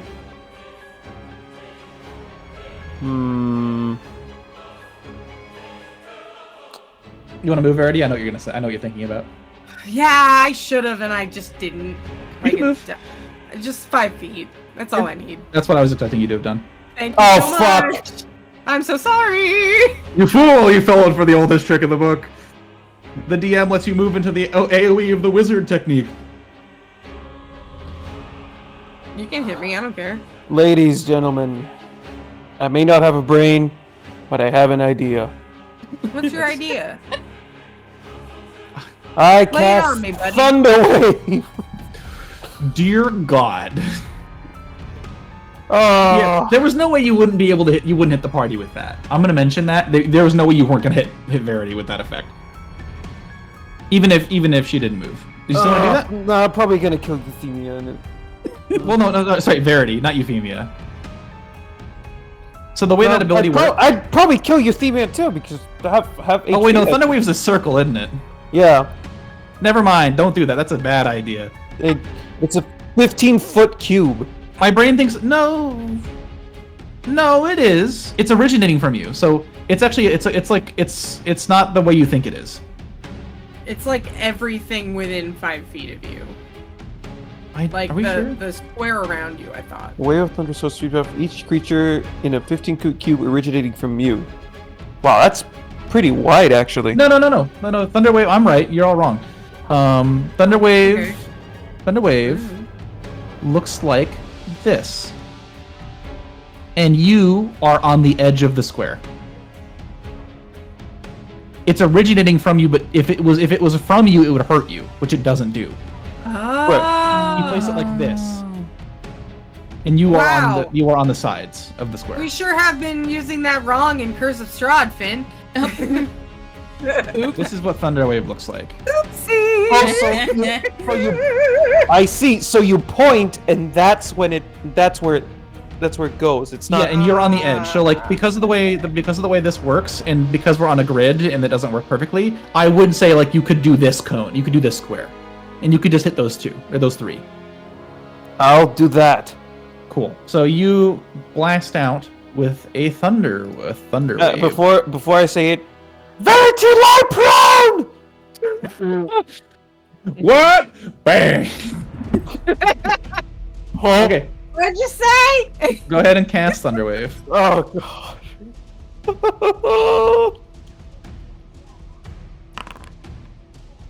Okay. My damage. DC 14 con saving throw. Verity passes, takes half.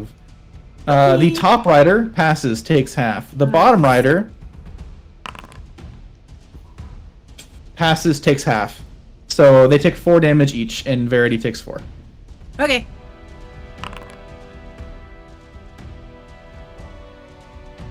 Okay, cool. Yeah, 4 damage is about average for Thunderwave. Shit. Oh. Okay. Alright. Anything else, Tornrobe? Are they? Oh, never mind. It's a successful save. I would like to spend 2 sorcery points and cast a spell as a bonus action. Okay. What spell? I will cast one of my Probably Let me Shocking cast Grasp. Thunderwave again. No. You can't do that. I will cast Firebolt. I would recommend Shocking Grasp because you're in melee. Oh, I am? Yeah. Well, they're right next to you. Which means you'll roll a disadvantage to attack them, so I would just use Shocking Grasp instead. Oh, I see. They're also wearing metal right, armor. because Firebolt You'll- is ranged, isn't it? Yeah, you'll have advantage on the attack roll because they're wearing metal armor. Sweet. I'll do that then. Oh no, it's not metal. It's a studded. There's no advantage. Oh. I should have rolled quicker. Yep, I would have let you. Oh, it doesn't matter. Which one do you want to hit? I'll hit this one. The Cool, one, you hit the the one top one. north. Cool. Fantastic news. Alrighty. Euphemia? Well, for once, I think Yuffie's going to use her sword as a sword. No, you wouldn't swing that little rapier at me. You can't understand what I'm saying. I'm not 100% sure on this, but I think maybe... Does Shocking Grasp have an effect where they can't take reactions on a success, or am I, like, wasted? Shocking Grasp is the weird one. Let me double check. Shocking Grasp. Advantage on the attack roll, and it cannot take reactions if it gets hit. You're good, yeah. So that one can't react. That one can't opportunity attack. Yeah, so Euphemia, if you Oh. wanted to move away, it can't hit you. Well, And then- Idea. And then you could, like, not use your sword as a sword. all right, in that case, I'm just gonna back up and not use my sword as a sword. And she will cast a nice hearty Eldritch Slash on... You wouldn't shoot me with a gun. What are you gonna do? Shoot me? Bang bang Eldritch Slash. Man, that's some bad damage. Unfortunately, a 13 does miss. Pain and agony. It's fine. As a bonus action, though, she will go and cast some healing light on herself because, god dang, she need it. Cool. Didn't Sid, roll you're the up. button. Yeah, you gotta actually do it yourself, remember? It's silly. Boo. Civ is going to take his finger from his shield hand and run it along his blade to light up the runes in a fiery orange. Okay. And then stabby stab at this one. Hold on 1 second, because I'm cool and I'm a good DM. Hold on. Yeah, you are. Hold on. That's pretty good. Hold on 1 second, I'm thinking. What? I'm cooking. You want to go and roll your attack? Oh yeah, sure. Here's 5 feet of bright light for you, my gamer. God, I'm good. I'm gonna inspiration that. Yeah, go for it.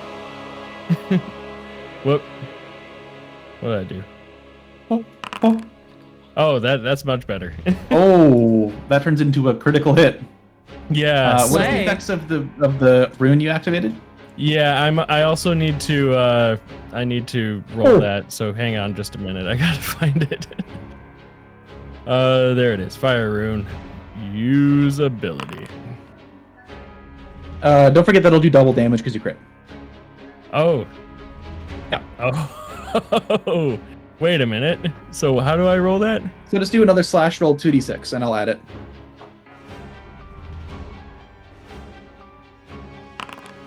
Another 7. This one is hurt pretty bad.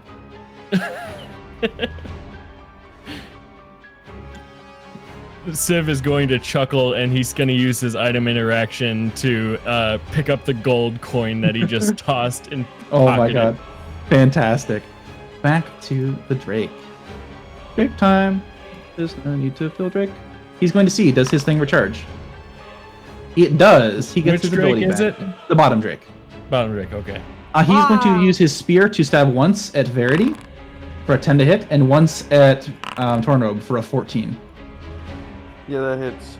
Tornrobe, you get hit for 14 damage. Verity is going to use a reaction to intercept. Or not, sorry, 10 damage, or 8 damage, sorry. Okay, go ahead and roll it. 8 damage. Doug, Yeah. also, that is a strength saving throw or be restrained for 1 minute.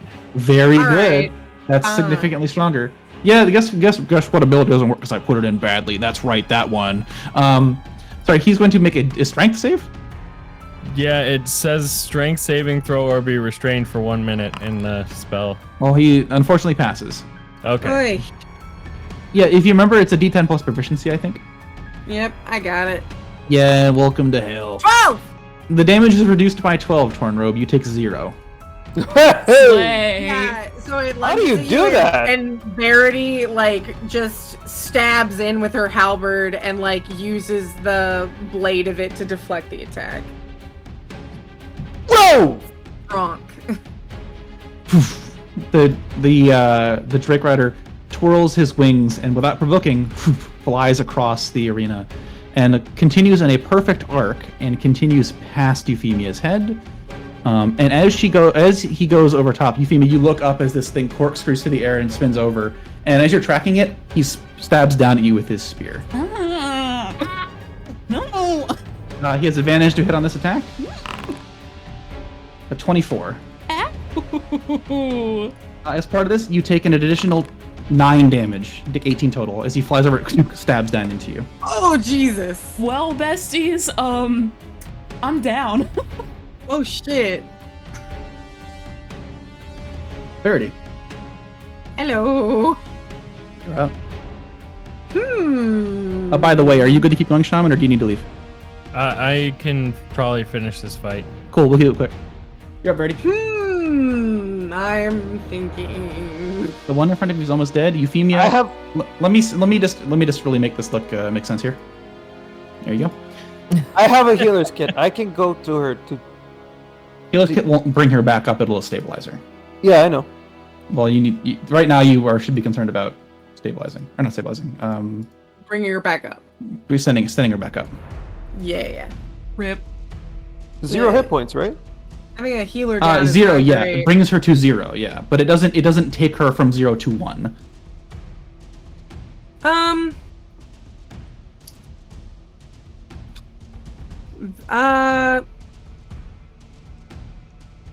Verity is gonna look at Civ and she's gonna just kind of like look between him and Euphemia and go, "You can handle this one, right?"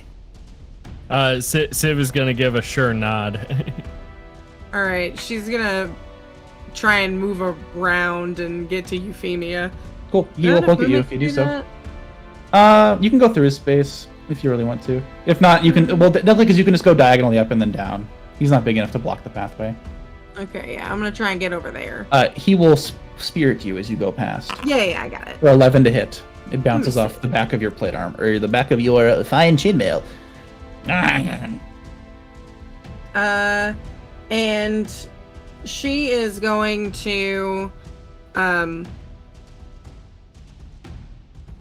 yeah, sure, why not? She is going to reach out her hand and from her fingertips, spectral vines, white roses. We're gonna stitch up some wounds. We know the gist of this by now. She's gonna cast Cure Wounds.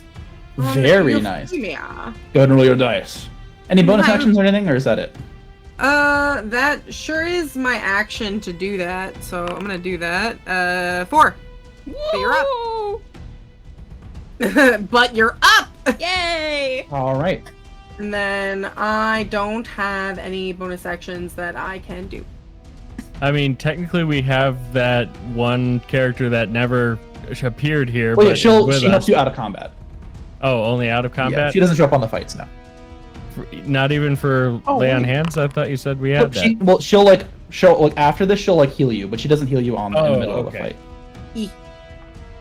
All right, they Drake Rada. That's all I can do. Let me see where he is. Let's see, Drake Rider. This is the one by Civ and Tornrobe. Does he recharge his ability? I'll get it back on a 4+. No. He does not recharge his ability. He is going to split his attacks once again. Once at Civ, once at Tornrobe. We'll do Tornrobe first. Tornrobe 19 to hit. Yeah, that hits. Civ takes a 16 to hit. My armor class is 11, dude. Yeah, That's I ask every single time. I even knew that it missed him because I know his armor class. I just always ask. Otherwise, he can do nothing this turn. The bird kind of goes, flaps its wings up above you. Oh, by the way, you forgot to add another meta magic thing. So I get Did 2. I? Yeah. Oh, sorry. Yeah, that's kind of on you. Oh, is it? Well, I mean, I'm not gonna I can't always update your sheets for you. It's just I'm. Oh, I updating 4 see. sheets. Okay. Yeah. So I have Quicken Spell and Twin Spell. What I'm going to do is I'm going to use my last sorcery point to use Twin Spell, and I'm going to cast. Oh wait, I have to use. I'm going to move back. He does not have a reaction, so you're actually. He just got his turn back. He would have his reaction again. Are you sure you want to step out of his range if he can try to stab you? Never mind then. Cool.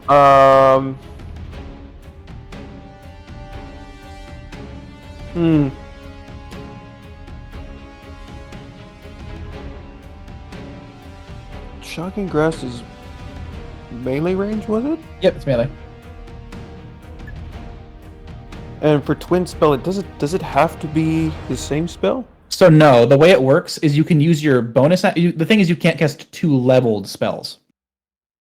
So you can't Thunder Wave twice, but you can Thunder Wave and then Shocking Grasp, or you can Shocking Grasp, Shocking Grasp. Right? Okay, so it has. So for Twin Spells, for example, it has to be the same. I want to use a cantrip. No, it does not have to be the same spell. But the thing is you could only cast 1 spell with a level on your turn.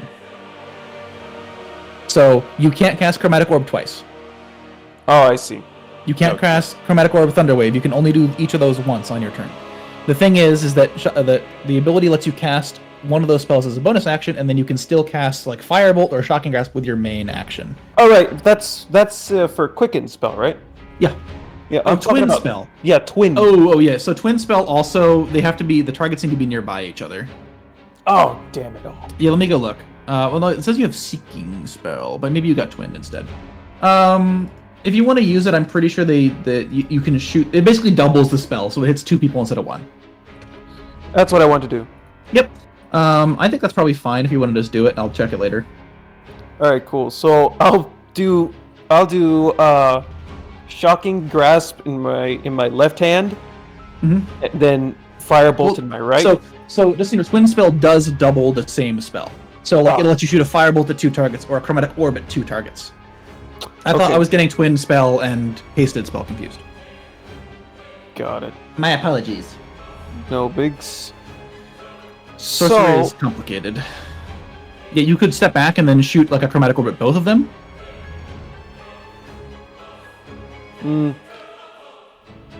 Yeah, I'll do that. Well, he will get a chance to stab you, but you'll be able to do some serious damage if you hit. So he'll just take a swing at you. For a... Oh, that was the damage, sorry. For a 23, so you take 5 as you get poked as you step back. Damn! Down to 11. And then you can Twin Spell, and you can shoot 1 Chromatic Orb at 1 and 1 Chromatic Orb at the other. I'll do so. So, I'll do both lightning. Cool. So I'll have 2 lightning orbs, and I'll chuck 1 at the one that's in front of me, and then I'll aim, and assuming it hits, I'll aim as far as I can and just yeet that shit all the way over Verity and Euphemia's head. Fantastic. Birds have incredible peripheral vision. Roll the hit. First orb into the one close to you. Yeah, the one close to me. Nice. Max damage roll. Almost max. Slay. You hit this one in front of you for a big hit, and it was. It's hurt pretty bad. Roll to hit the second one. Yeah, yeet.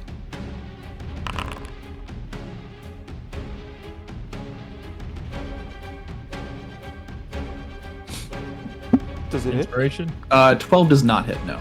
Yeah, inspiration. You have to. Well, I will say in the future, just remember this. You have to decide before I tell you. So you can't say does it miss and then inspiration. Oh. Usually, but for now it's fine. Just don't do it again. All right. Yep. No first available spell. What? It's because Oh. it literally consumed 2 spell slots. So you need to make sure you click don't consume when you do that kind of thing. Okay.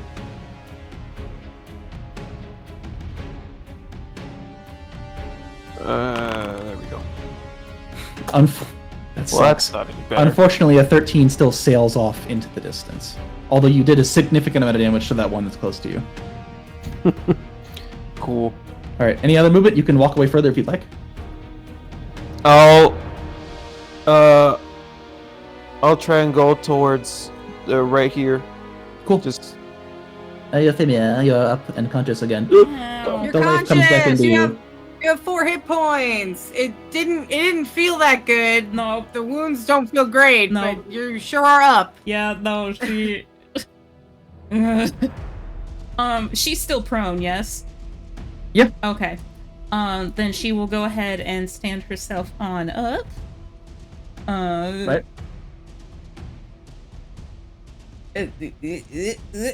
There we go. Okay. And she'll look to Verity and say, you have my thanks. She looks very, like, upset. Verity's like, don't thank me just yet. And she is going to step back. This is about as far as she can go. And she'll cast a Cure Wounds on herself because, ow. Fantastic. I like it. Everything hurts. Hooray! 8 health back. Civ. All right. Civ is going to bada at the one in front of it. Yeah, this one it's like dripping blood all over. It's a crackling with electricity. Awesome. Well, Don't miss. here goes nothing. He's gonna get a little running start and slide under it and try and stab it from below. Oh, rock on. Hell yeah. You get some great slipping and sliding with the cobblestones covered in rain as you slide underneath and raise your sword and split this drake in half as it crumbles to the ground dead. Very nice. Slay. With a flourish. Can I give fun combat inspiration? Because I thought that was sick. Yeah, go for it. I give you fun combat inspiration, Civ. Oh, if I didn't already have it. No! Never mind, I take it back. You don't hear a thing, but you watch, Verity, as you're like fighting this like big beastie as it's getting ready to dive in again. Just when you expect it to move, you watch as a crossbow bolt kind of flies in from the distance. Oh. And hits this thing. Probably hits this thing. Hold on, it has advantage, and that didn't roll with advantage. 21 to hit will certainly hit, as this thing gets hit in the back for 18 damage. Hold on. He gets to do that twice. Another miss, but it's okay, he has advantage on this shot too. Another 21. You watch, Verity, as these 2 darts kind of fly in from off screen. And you watch them both stick into the back of the drake, and they're just like, what the heck? Those are crossbow bolts. And then they explode. Oh, God. And you see this like brilliant poof of radiant light come off of them as it does 3d8 radiant damage. And you see this thing off in the distance. what the? Oh. Funny thing.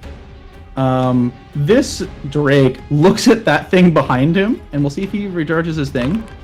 He do. He rolls up to you, Verity, and he's gonna stab at you. For a 14 to hit, Ah, he misses. an 11 to hit, Misses again. and then a I'm strength saving blocking. throw as he uses his feature to swoosh through you and emerge Right. over here. Save. Fuck. Civ, you two need to make a strength save. All right. If you fail, you take no damage on a success.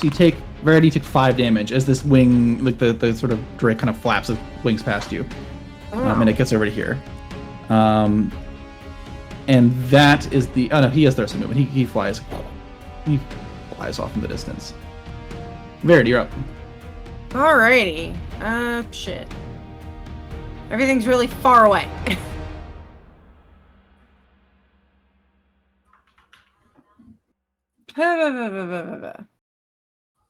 I am going to move.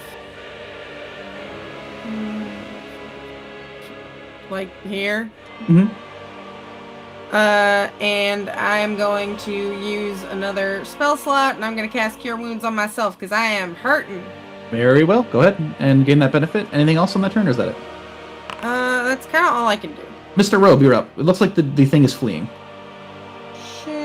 Oh, is it now? What's up, Verity? No, I'm just making noise. So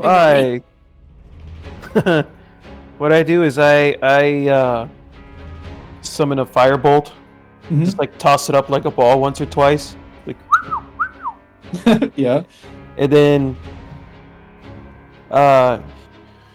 yeet that shit Okay. just as hard as I possibly can. Just, you hear him grunt as he just goes. Dear God. Okay. This shit empty. Yeet.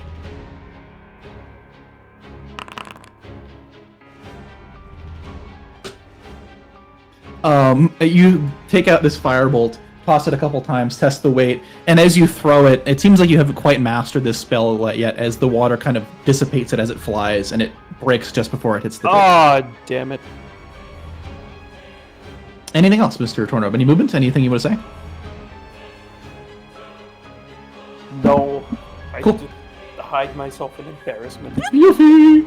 Because I threw there is a fire in the middle of rain. There is a sad crow next to you. Aww. Just so you know, that was the spell missing, not that fire bolts does less damage in the rain. No, I know Just so that, you but know. it's just comedic that he forgets that he's standing in the middle of the rain and there's fire, and of course, rain would put out a fire. And he's like, Yuffie will see, downtrodden Tornrobe and say, don't let that ruffle your feathers. A little bit awkwardly, because in her brain she was like, yeah, this is gonna be motivational, and then she was saying it out loud and she was like, oh god, this sounds stupid. Hell yeah. Verity just goes, really? Tornrobe gives a singular little and just steps aside. She is going to, let's see. I'm gonna say she'll walk about. Let's go up to here. Why not? And she will cast, for fun, Eldritch Slash, because it can reach. So, yeah. Wow. A 16 does hit for 2 damage. You're gonna pounce. Fantastic. Anything else, Yuffie? When you see pouts. She will kind of huff, and I think that will be it for now. Cool. Civ, you're up. Civ is going to take the opposite approach. He's going to run towards this direction, and he's going to take the dodge action and also exclaim, "Who are you? Why are you helping us?" Cool. Fantastic. He will answer on his turn. Is that it? Yes. Cool. The creature, you look at it now in its full glory, Mr. Civ. This thing is very clearly like a kobold of some kind. You see his right arm has been severed and replaced with some sort of mechanical contraption. In his left, he holds what looks like a crossbow, a hand crossbow. He's got almost a skull visage, and his horns are messed up. And he has an eye patch. Oh my god. That's sick as hell. So cool. He's so cool. And you see him run towards you, Civ. And he gets to here, and he holds up his right arm, and as he does so, there's a poof, and a grappling hook shoots out, and he grapples onto the corner of this building, and swings around over to here.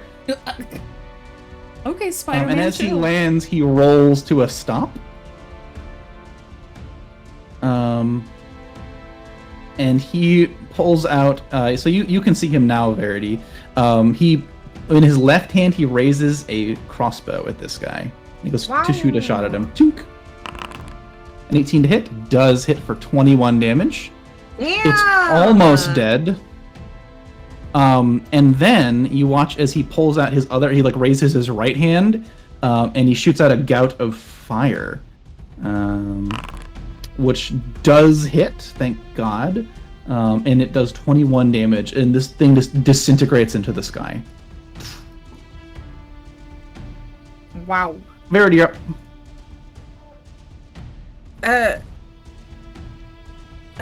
Thank you. With that, seeing as you don't seem him to be a hostile, combat ends. Wow.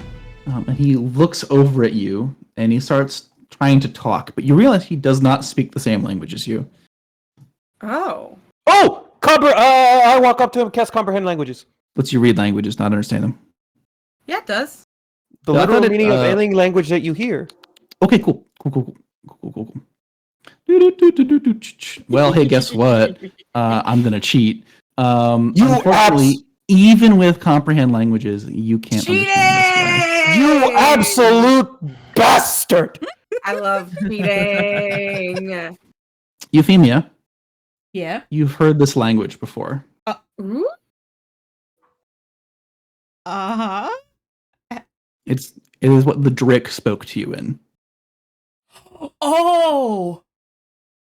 Drake. And as it tries to express itself, this kobold, it kind of shakes his head, and it turns around and he shoots a grappling hook, and off he goes into the distance. What a guy. Oh.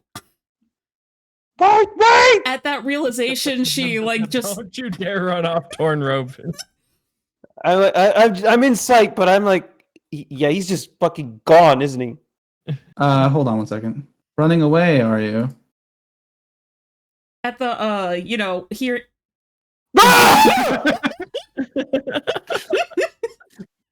Oh man. Jesus Christ! The jump scare. Please, I beg. The genuine jump scare I felt. You double bastard! Anyway, at the sound of the dude talking, Yuffie will say out loud, she goes, "Oh, I don't know what he said, but I think that must have been the same thing that the Drake was trying to say, or same language? I don't know. I wasn't great at languages." Wait, did the Drake talk to you? I think so. I mean, I didn't understand a word it said. But it made the same noises. I saunter over. I have the ability to comprehend languages, and even then I couldn't understand it. Bastard DM. You're welcome. But it says so right there in the description, the literal meaning of any spoken language! Yeah, well, guess Either what? way, cheating! He speaks in sign language. Good luck next time. Yeah. Okay. I can understand the bath keeper, but I can't understand the goddamn kobold. Yeah. Pirate kobold missing one arm. Hey, he's not a pirate. He's cool. The amount of ASL Very cool. representation in this campaign, delicious. Gotta represent it. There's at least one blind and one mute person in the city. Yeah, unfortunately, you were not able to understand the language this kobold speaks. I will say, Tornrobe, it is definitely unusual that it doesn't work. There's something going on. Ooh, a mysterious Pretty mystery. suspicion, I think. Why would it do that? Yeah. All right. And next time we will continue on with you guys arriving at that warehouse and whatever district I put there. Wow. Woo! But, that's all I have for today. What a Oh time. man. I want to know. I'm so curious. I saw his art and I'm like, I have to put him in. He's got to be a character. Yeah. He's fantastic. He looks sick as hell. Just too cool. He's a He's cool so guy. I cool. love him. I love his arm that's a flamethrower and the grappling hook. That is sick as hell. I will also mention this. You look at these kobolds, we'll examine them further next time, but they're not normal. Oh boy. We love not normal. Thank you guys so much for playing in my campaign. Hope you guys had fun. Oh my Oh God, gosh, thank you for the bears. Oh, And I had a great time too. yes, thank you for Fantastic. running the game. It's so good. As always, So I'm happy to be here. fun. I gotta go for the night though, guys. Yeah. Yeah. Have a great night, Anyway, everybody. allow me to close Good out. night. Good night, everybody watching. We will see you next Friday. Good night. Woo!